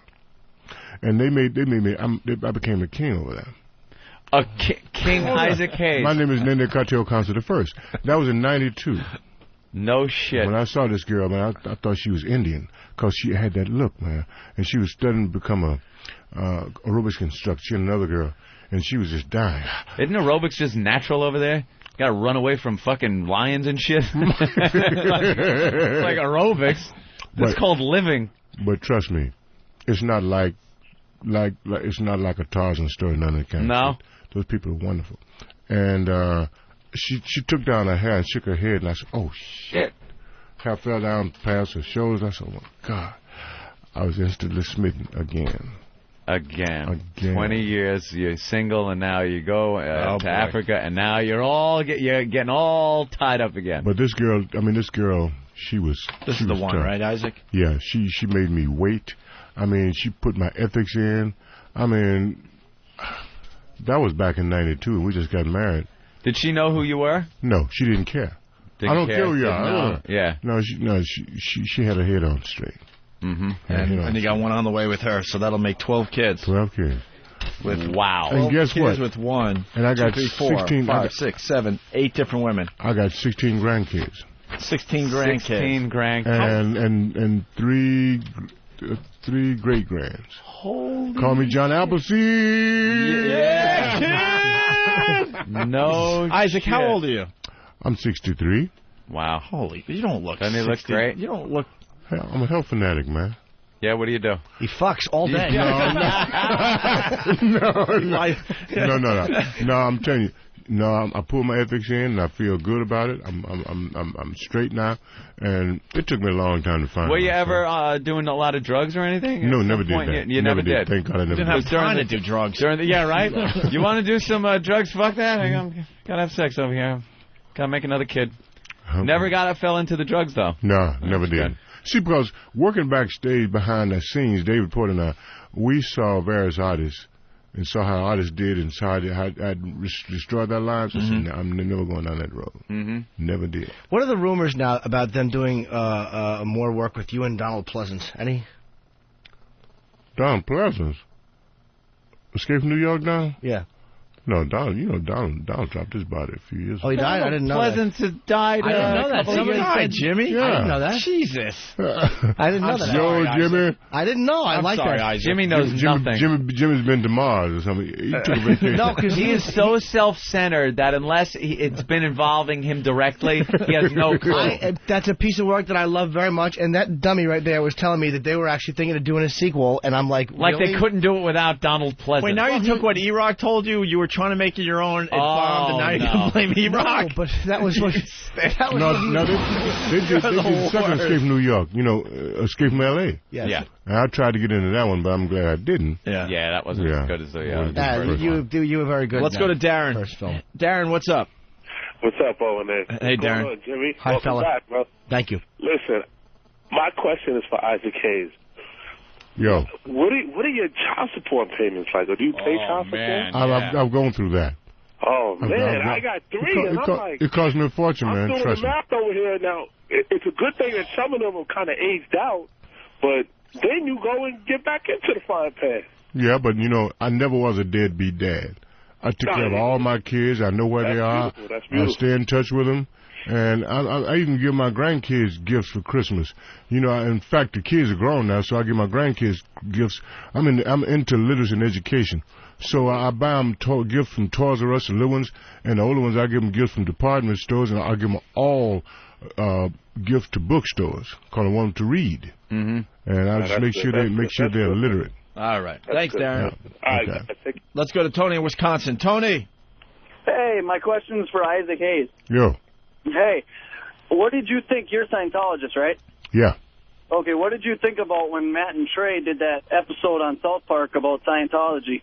Well, with Cruz in the closet. Well, yeah, that was a great episode. They reran it, I think, last week, too. Yeah, one thing about Matt and Trey, they lampoon everybody. Mm-hmm. And if you take that shit serious, then I'll sell you the Brooklyn Bridge for $2. Yeah. You got to realize what they're doing. Yeah, that's what they do. And take it. What is Scientology all about? I still don't understand it. You still don't understand? It's UFOs and stuff. No. It's cleansing the body. I really don't. I don't understand it though. That's all. But I don't understand bad the things Catholic that are in faith there either, for years and years and years. No, Scientology is an applied religious philosophy. See, people get it all mixed up. And all I say is, read a book. Read about it. We got books that explain all about it. And when I got into Scientology, I was just like everybody else. I heard you guys. I was going on hearsay. And the lady told me, said, look, why don't you take a course and see for yourself? When I took a course, the first course called Overcoming Ups and Downs in Life, and I took that course, halfway through the course, I said, damn, I'm learning something. Shit. I was finding answers about me, about life, that I'd never known. And then I took another course. I wanted to take another course so bad, but I wouldn't give it the satisfaction. I was blown away. I said, well, I'm going to take another course to see what, So I took another course called Personal Values and Integrity. And when I did that, that's when I decided to become a Scientologist. See, that seems all well and fine, you know, because that sounds like things that a lot of people can use and utilize in their daily lives. Yeah. When does it start getting controversial? How many, like, courses in do they start telling you about the thetans and things that are, like, because that's when they lose people. The proper word is thetan. Thetan. In Greek terminology, that means spirit. Right. We're all spiritual beings.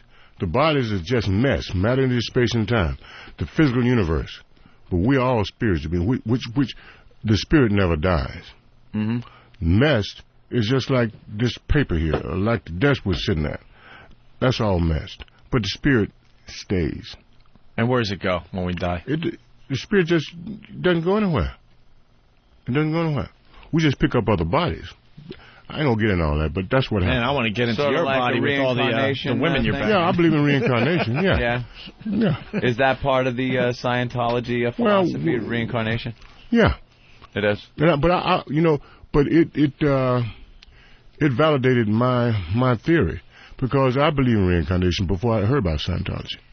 And that just fortified my belief in reincarnation. See, it's totally cool if I don't care, whatever gets everybody through their day. If they want to sit there and pray to a stick or any type of religion you want to.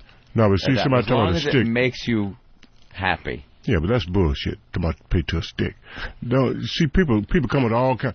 When a new religion comes into being, you get all kind of rumors about what blah blah blah blah blah. But the thing about it is, it's very, very ethical. And those that don't have ethics, they get pissed and go out and make all kind of lies and do all kind of stuff like that. And people that don't know, they believe it. That's why I say, read it. Check it out for yourself. Don't listen to what Joe says. Check it out for yourself. Do they request a certain percentage of income? That's a rumor that goes around about Scientology, too. No. Okay, so no, that's bullshit, too. And when I went out, I said, I hear y'all take folks' money. I was talking shit like everybody else did. Then I felt like an idiot when I found out it wasn't like that. Yeah. Yeah. Were you guys all freaking, though, about Tom Cruise? I mean, he kind of blew his mouth Tom off is cool. Tom is cool. Because he was making things look a little bad for a little while. Well, no, but see, what Tom did, Tom attacked the world of psychology. The psychs. He saved, just by getting on Oprah talking, he saved the lives of maybe 400,000 kids that were taking those psych drugs. Yeah, but they force it on them. Some people think that might work, and others say it doesn't, but... No. And I think that's where Scientology, where people start going like, oh, brother, people like Tom Cruise get out there and they bash psychology and certain psychotropic drugs that work for people. You think about that, every kid, I would say 99% of the kids that go off and shoot their classes up and all this kind of shit like Columbine, they have had some kind of psychiatric influence. Mm-hmm. They have. And I could give you the history of psychiatry, but all you got to do is visit our headquarters of CCHR, Citizens Commission on Human Rights. Visit them, and they give you a whole tour and give you the history of psychiatry. You know what history of psychiatry I had that kept me from shooting up a school or cursing out a teacher or something like that? It was called the back of my father's hand. That drug worked great. It was a smack, and I didn't do it anymore. Well, see, I went through that too, but think of those who did not. That the psychs got to them and give them Ritalin and Prozac and all this kind of shit. That's what messed them up. And remember the days of the hippies and stuff, LSD and all this kind of shit. Yeah, that was psych influence. They were experimenting on us. You think that was like government experiments? Well, I don't know about government, but it was psych. Wherever they had influence, and they probably had influence in our government. The stuff came out of like drug companies and those guys. They're getting all the money. Yeah, that's where the money's going. Well, I got to give them that. The drug companies do really seem to be pushing a lot of that stuff out there these days. Yeah. All the commercials on TV. Are you saying the drug companies don't have integrity? I don't buy it. He's been on Mars again. He's been on Mars again. What do you do? You got a headache, you take an aspirin or something like that? No, I don't. You don't? No. Completely? You take nothing? No. See what I do? You shit. That's what you do. Get all that junk out of you. Take a dump? Clean yourself. That's what Opie said. That's it. Isaac, clean yourself up. Yep. You ever take a Vicodin? That shit is so good. What's that? Vicodin? You take it and you just go like... Is it a laxative? No. It's like a muscle relaxer. Yeah. It's one of those pills like OxyContin and all those drugs that all the actors get addicted to. I don't mess with those drugs. I stay with them. No. I don't mess with them. I know, but occasionally you like popping one. You take pain medicine, though, right? Like if you have a toothache. What if you had a toothache and it was pounded? If it's so bad. Because that's what they gave me. If it's so bad. I've had tooth surgery. I take the drugs in if it's so bad. Yeah. But, you know, I even get that out of me. We got a thing in Scientology called you can get all that stuff out of you. Get out of it. Oh, yes, you do. We cleanse. And you get the prescription drugs. You get the street drugs. You get insecticides, pesticides, radiation poison. You get all that out of you. That's right. Let me ask you a question. This is something, like you saying when it gets so bad you got to take something for pain. So what's the difference between that and say something psychological, where for someone who can't do it any other way, like legitimately can't, for them it's so bad they have to take something. So I'm saying, like, what's the difference between one or the other? Good point, Jimmy. Good point. Wait, now you mean when people have if the pain is so bad? With a threshold for whatever it is, like for me it would be like an abscessed tooth or whatever, where you got to take some kind of a pain medication. Yeah. So with psychology, like, you know, there are some cases where I'm sure it's prescribed wrong, but what if it's legitimate and for them the pain is so bad, or whatever it is so bad? A mental pain that is so... Or a mental dysfunction, whatever it is. Well, we call it in psychology, Scientology, we call it creating an engram. Engram is pictures of pain, physical or mental. And we can erase the engram, get all that stuff out of you. Really? Oh, yeah. And how is that done, like, without giving away any trade secrets or anything? I just want it's a process called auditing. And an auditor is one who listens. Like auditorium nerds and stuff, that's about hearing. Not auditor like a guy that cooked the books. So yeah, that's the only auditor I know. The one that tells me I owe $20,000 on my taxes. Look, I had that experience too. But anyway, what you do, you listen to these guys and they will find the areas where you've had those engrams created, and they erase the engrams, get rid of them, and then some people are paralyzed, but they get up and walk. When they get out of here. I'm just telling you, there's some wonderful things about that, man, and it doesn't hurt you. And we have things called giving people assists. Assist is when you experience some pain or injury and stuff, give them an assist, a nerve assist. They handle all that. It handles all of that. And I'm going to tell you what, remember when 9/11 happened and all those rescue workers were down there at ground zero, you know, finding all the people, and all that, they were inhaling all that dust and all that junk? Yeah. Those firemen were disabled. And we have a process. Tom Cruise set up a lot of those things that you can get in there and have sweat outs. And you get in there with it in the sauna and sweat all that junk out of you. And those guys were sweating in that towels. They were sweating. Those towels were purple. They was getting all the impurities out of those guys. And those guys went back to work. Had Tom not done that, they would have been disabled on disability right now. And those firemen sing praises to what happened for them. So why isn't this more like, why can't people say, look at what we've done, here's proof that it's been done, and because it seems like this should be all over the world. Well, we do. Helping. We do, but people choose to follow that bullshit. And it's been there. We doing it now. But people choose to look for the bad shit, those disgruntled folks that didn't have their ethics in, and they turn sour, and they start spreading all kind of bullshit about that. And that's the bad thing. Maybe other religions, I'm just playing devil's advocate, maybe other religions that don't like the fact that it's picking up a lot of members and press, and it's impractical to their beliefs. Maybe they're throwing out some bad press about it. Well, I'm not just saying that because I'm in L.A. Maybe the sour grapes. Maybe they are. But we don't discriminate against any religion. Because everybody wants to better themselves and cleanse themselves and have a better life, and everybody wants to survive. So you can be whatever you want to be, but just use the technology of Scientology. You can be a Christian, a Baptist, you can be a Buddhist, you can be a Muslim, whatever. You know, we do not discriminate. But what it does, it makes you a better whatever you are. If you're a Muslim, it makes you a better Muslim. What's the one religion you think is crazy? I don't know. Because a lot of people would say Scientology, so I'm wondering what a Scientologist would say to that. There's got to be one where you go, oh man, no, come on. We don't do that. The Nike guys. The Nike guys that we could all agree. The Nike thought guys. the spaceship was behind the comet. Yeah. But they had to cut their genitals off. Cut their genitals off and killed themselves in the bed. Marshall Whiteapple, right? The Reverend Jim Jones. There you go. He had a cult down there with the Kool-Aid. That's kind of kooky. Well, that's cult. That's the whole cult thing. Well, watch him. I say that's unfortunate. That's what I say. See, he's very diplomatic. No, I'm just telling the truth about it. Let's say hi to Dan in New York. Dan, what's up? Nothing. Sorry to regress on the topic, but is Isaac, when he sleeps with these women, do they all get pregnant, or is it just 8 women? Oh, yeah. What about my what's it?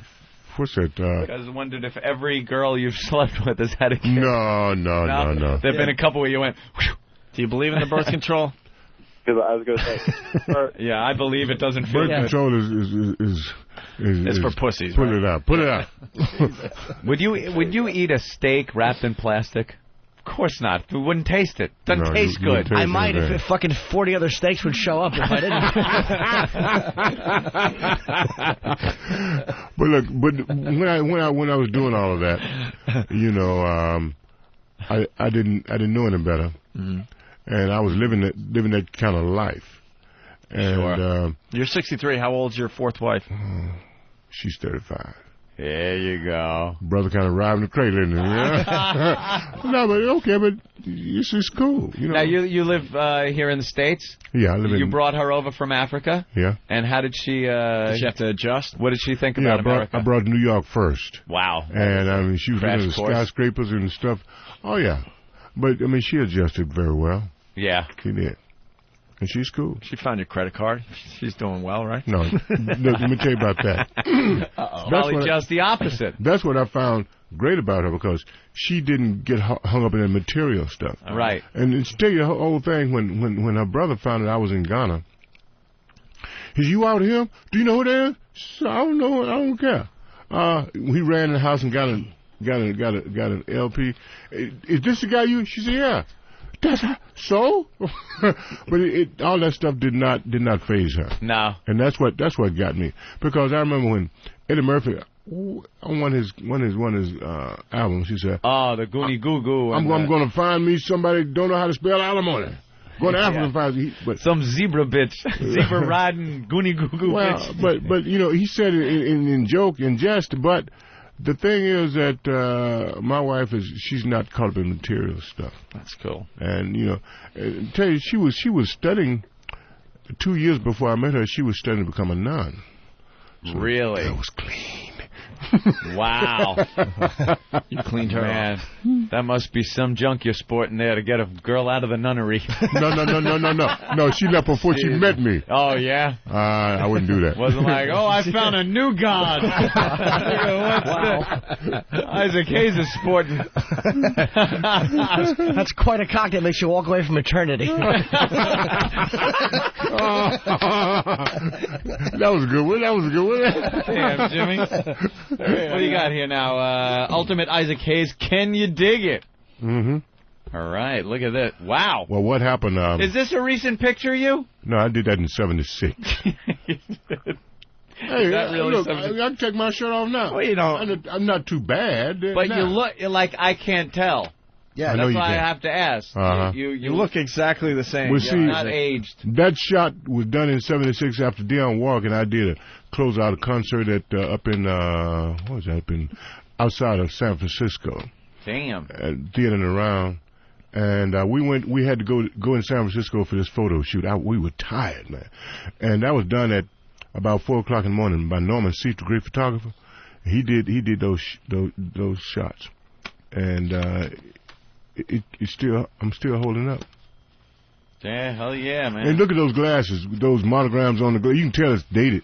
And look at the watch that I had on. Oh, wow, look at that watch. Damn. I was the first one of the earlier digital watches. First digital watch. Yeah. It's like a calculator watch. Like a pulsar. Whatever. You know those pulsars with the red digits? Well, they really thought those digital watches were going to take over. Right. Like any future movie you watch from the past, watches, they all got the digital watches. It lasted for a while, and then everyone went, you know something? They died. Going back to the classic style. And I have a photo with you. I don't think you at the Trump roast. As you were walking up the stage, I kind of just stopped you. Oh, that was you. Yes. I've been looking for you, man. Because I signed it. It's at home. But I didn't know where to get it to you. Oh, wait, what's this about? Look at that. What's funny? Okay, you were the one. Yeah. I did it right before I left home the other day. I said, I've got to find this guy. Oh, it's hilarious. I was on the set. I'm taping a show on the set where Isaac was doing a Super Bowl commercial next door. And so, of course, I wanted to get my photo with him signed, so I ran out and blew it up. And they put it on the bus, and I never heard back. So they're like, the bus driver must have made a mistake or whatever. It's an envelope, man. Okay. I signed it. It's I signed it in that silver ink on the Sharpie. Yeah. I signed it. Okay. And give me your address before I'll just have you sign this one. Okay. I had to do it today. Well, I'll send it to you. You have two signs. I'd like that. Give me an address, send it back to you. He doesn't want to keep looking at your picture, Jimmy. You just sign this one. No, I'll give you. I have an idea. I'll sign this one, and you can hang this one up in your place, and I'll hang yours up in my place. Got to keep the burglars out one. That's what Isaac wants to do, man. Dang. Let's go to a guy just called Trucker. Trucker. Hello? That's you. What's up? Hey, man. Seth, you are like my favorite character on South Park. One of the best cartoon characters ever, I think. Well, thank you, Trucker. Yeah, how'd that fall into your lap, man? Because that was what happened? Whatever, Madden. I kept ragging my agent about give me some voiceovers. Give me some voiceovers, man. So one day he's a British guy. Mr. Hayes, I think I have a voiceover for you. Yeah, it's a perfect English accent, by the way. I lived in London for a year. Yeah. I said, yeah, Disney. He said, no, not quite. What do you mean? Well, this is a bit different. Well, different what? I was already turned off. He said, well, it's different. It's called called like South Park. What is South Park? So he said, look, the guys are coming in. I was here in New York. The guys are coming in town tomorrow, and they want to meet you. Oh, at the Sony studio over there, Anyway, I said, I ain't going to. He said, no, she talked me to go and see him. So I showed up, had an attitude. Madden Trey. Yeah, man, what's up? Isaac Hayes, man, you're perfect for the part, man. It's good to meet you, man. You're perfect for this part. What part, man? Well, you the voice of a chef in a town called South Park, Colorado, and you're an elementary cook at this school, and you're gonna cook for the kids. You're gonna mentor these little foul-mouthed kids. I said, man, I'm out of here. No. Read this. Give me a piece of the script, and I started cracking up. I said, who put you guys up there? Somebody playing a joke on me? It can possibly be a real show, really? right? Yeah. I said, no. He said, no, everything's fine. You guys are serious about this? Well, yes. Well, one thing. You guys got insurance because y'all get sued like hell. Yeah. Oh, no, everything's covered. Everything is fine. I said, damn. You guys are serious about this. Y'all some crazy white boys then. Yeah. So they said, no. So I started thinking, so wait a minute. This thing will last about 6 weeks. And I'll pick up this easy money, and I'll be gone. And they'll be gone. 6 weeks. So anyway, we started putting episodes in the can, and I started having fun with it. I was lulled into it. And when we did Chocolate Salted Balls, I said, man, y'all sure you want to do this shit, man? I looked out in the studio. The staff was just cracking up, all the engineers and stuff. I said, well, they dig it. I went on and did that.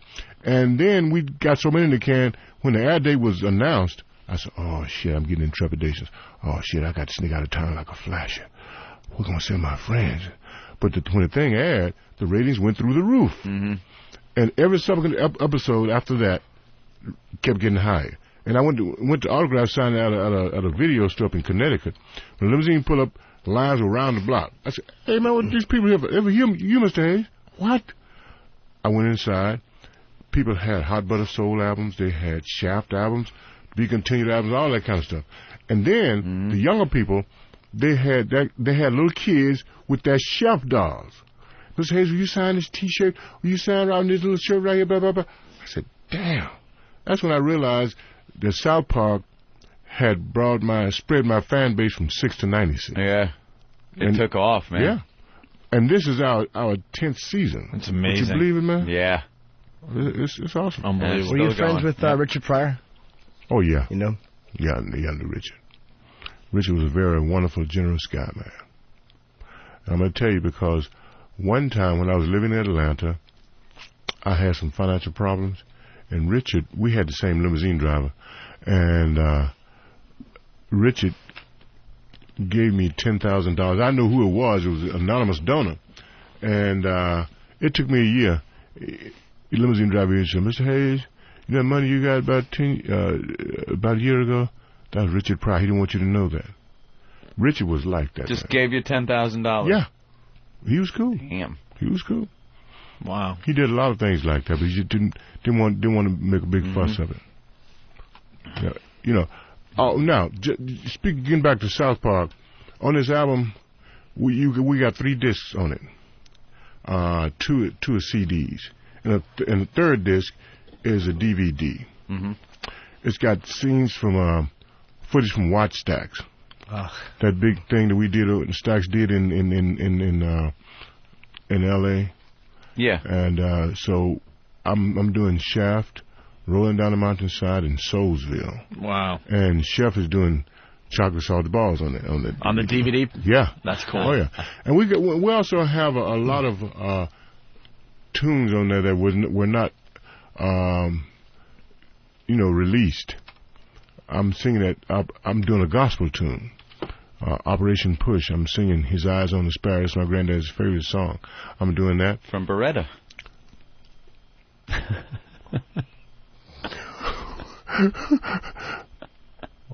Break that down to me. Break that down. You got a blank look on your face too. He knows. Anthony knows a little bit about everything. That was the theme song to Beretta. Oh, keep your eye. That's Sammy Davis. On the Sparrow.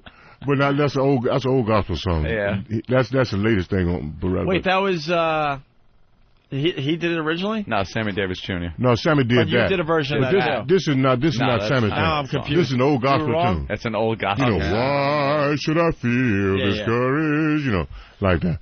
And me and Dion, we did a tour together called A Man and a Woman, and we did a live album at the Fox Theater in Atlanta.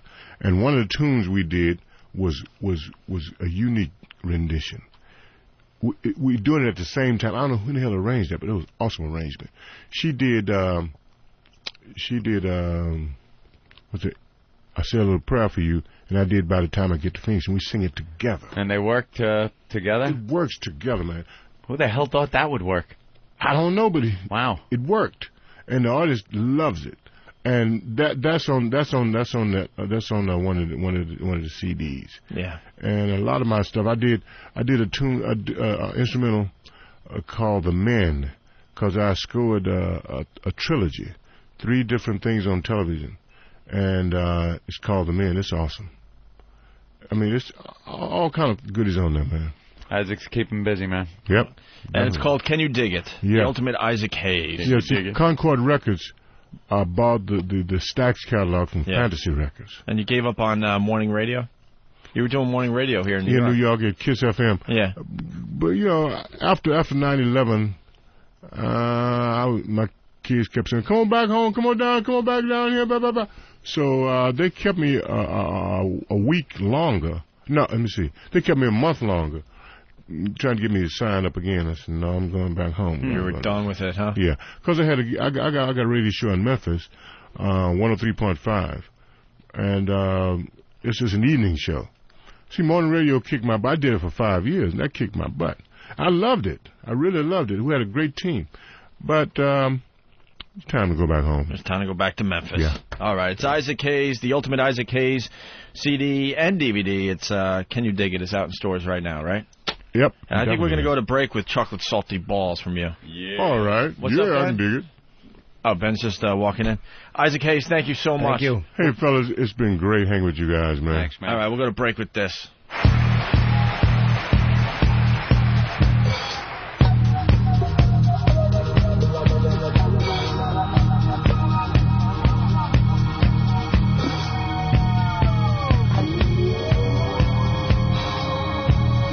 Tablespoons of cinnamon and 2 or 3 egg whites, a half a stick of butter melted. Stick it all in a bowl, baby. Stir it with a wooden spoon. Mix in a cup of flour. You'll be in heaven soon. Say, everybody haven't seen my balls, they're big and salty and brown. If you ever need a quick pick-me-up, just stick my balls in your mouth. Ooh, suck on my chocolate salted balls. Stick them in your mouth and suck them. Suck on my chocolate salted balls. They're packed full of vitamins and good for you. So suck on my balls.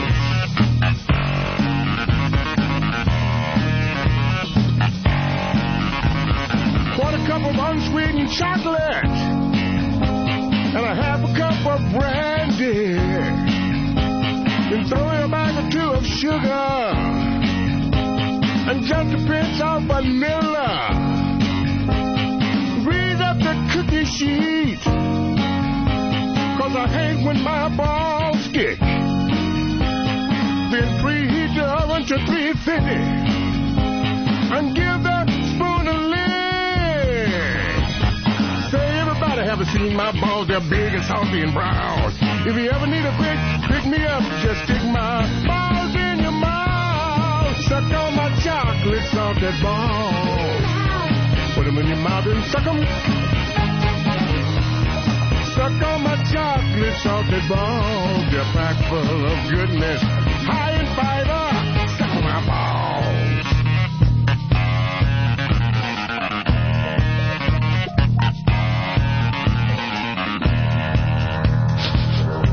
Hey, wait a minute. What's that smell? It smells like something burning. Well, that don't confront me now. As long as I get my rent paid on Friday. Baby, you better get back in the kitchen.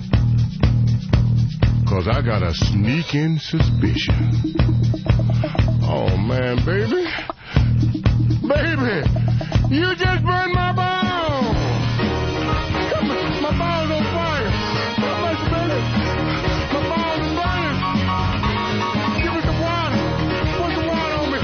My balls are burning. Oh, my goodness. I'm blowing. Do something.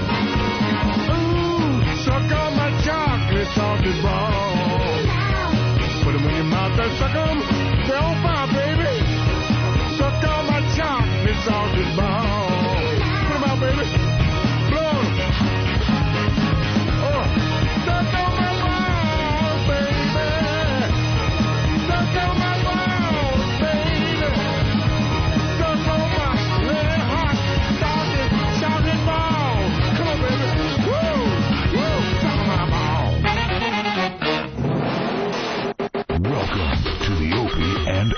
Hello? Hi, Ma. Ma, I'm working. I'll call you back, okay? Love you too. Welcome to the open. Hello? Ma, I'm working. I will call you back. Welcome to... Ma, let me work. Welcome to the Opie and Anthony Show. Whew, finally.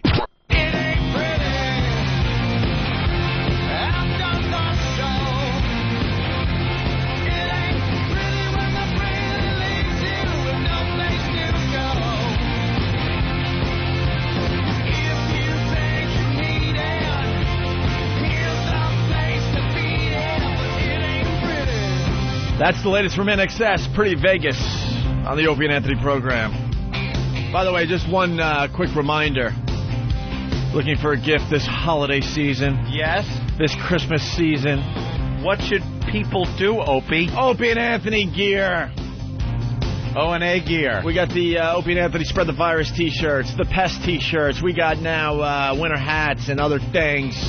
You can go to myradiostore.com. There's a link on opieandanthony.com as well. If you order within the next day or two, I'm sure you could get it in time for Christmas, okay? They'll mail it right out to you.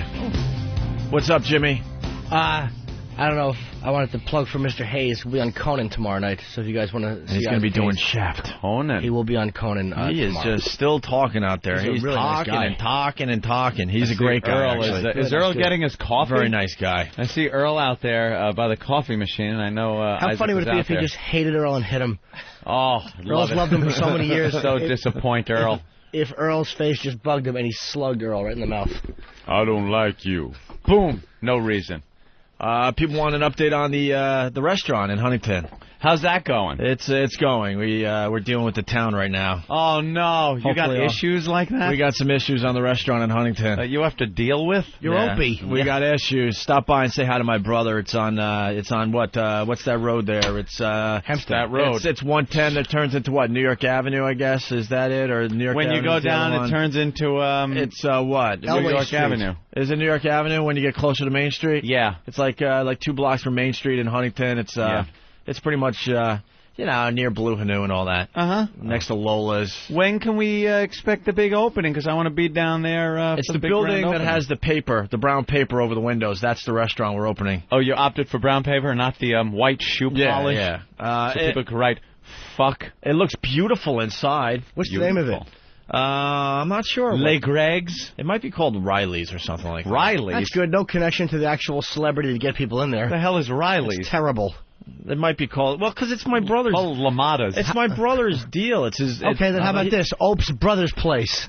My brother's been in the restaurant business his whole life. This is his time now. So dude, I like living in the shadows in my own family. Trust me. I know, They're Radley, sick. but I still think No, they're they should sick. name it. They're sick of hearing. My brothers and my sisters are sick of hearing about Opie. Trust me. Are they? Yes, they need a little spotlight themselves. All right. So I actually opted against that. Silent partner. Silent partner, promote, we'll be there, the whole thing. There'll be some Opie and Anthony stuff in the restaurant, but as far as it being about me, it's just not fair to my All brother. right, I'll do it. I'll go. I know that's the big build-up, Jim. Could you come in, make a few appearances, convince your friends in Hollywood Some of to your do friends this in thing? Hollywood. Bodog.net.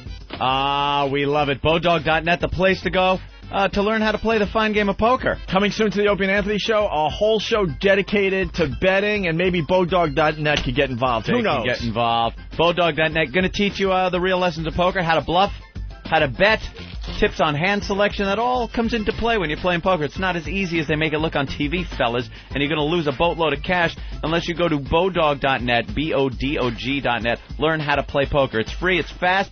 You're going to get all the tools you need to make you a stronger poker player. That's Bodog.net, BODOG.net. What are you doing with your Isaac Hayes thing? Is he still here? What's wrong? Are you taking it? Don't smash your Isaac I'm not Hayes. going to... There's something I you shouldn't just smash. probably won't listen. I love Isaac, but it's not He's my an type icon. of You music. should give it to your. Oh, never mind. She's racist too. What? Oh, what? You want it? Derek wants it? Yeah. I was going to suggest Was it someone. signed? Here you go, Derek. Why are you breaking the Isaac Hayes? I was giving it to Derek, and I didn't understand there was glass in the way. I thought I'd throw Is it it to him. signed? Is it okay? I love Isaac. You know got that. a signed one? Look at Earl's going to be all mad at me. Why are you? That's signed. Isaac Hayes was very nice to you, Anthony. He's a legend. No, I'm the one that throws things. Homeless shopping spree tomorrow, Palisades Center Mall in West Nyack. We're looking for all the listeners and pests and the Army to show up and support the homeless as they do some Christmas shopping. If you are going to the Palisades Center Mall tomorrow in West Nyack, just behave yourself. You know, promote the show and all that. That's great, but just behave yourself. Tomorrow, we do the show from 3 to 7 East Coast time. Nice. Different time slot for the show tomorrow. So sleep in. In the morning, you'll hear some kind of best of with a lot of promos saying we'll be live, later in the afternoon. 3 to 7 tomorrow on the East Coast, okay? 3, 2, see you tomorrow. I guess. Bye. Program complete.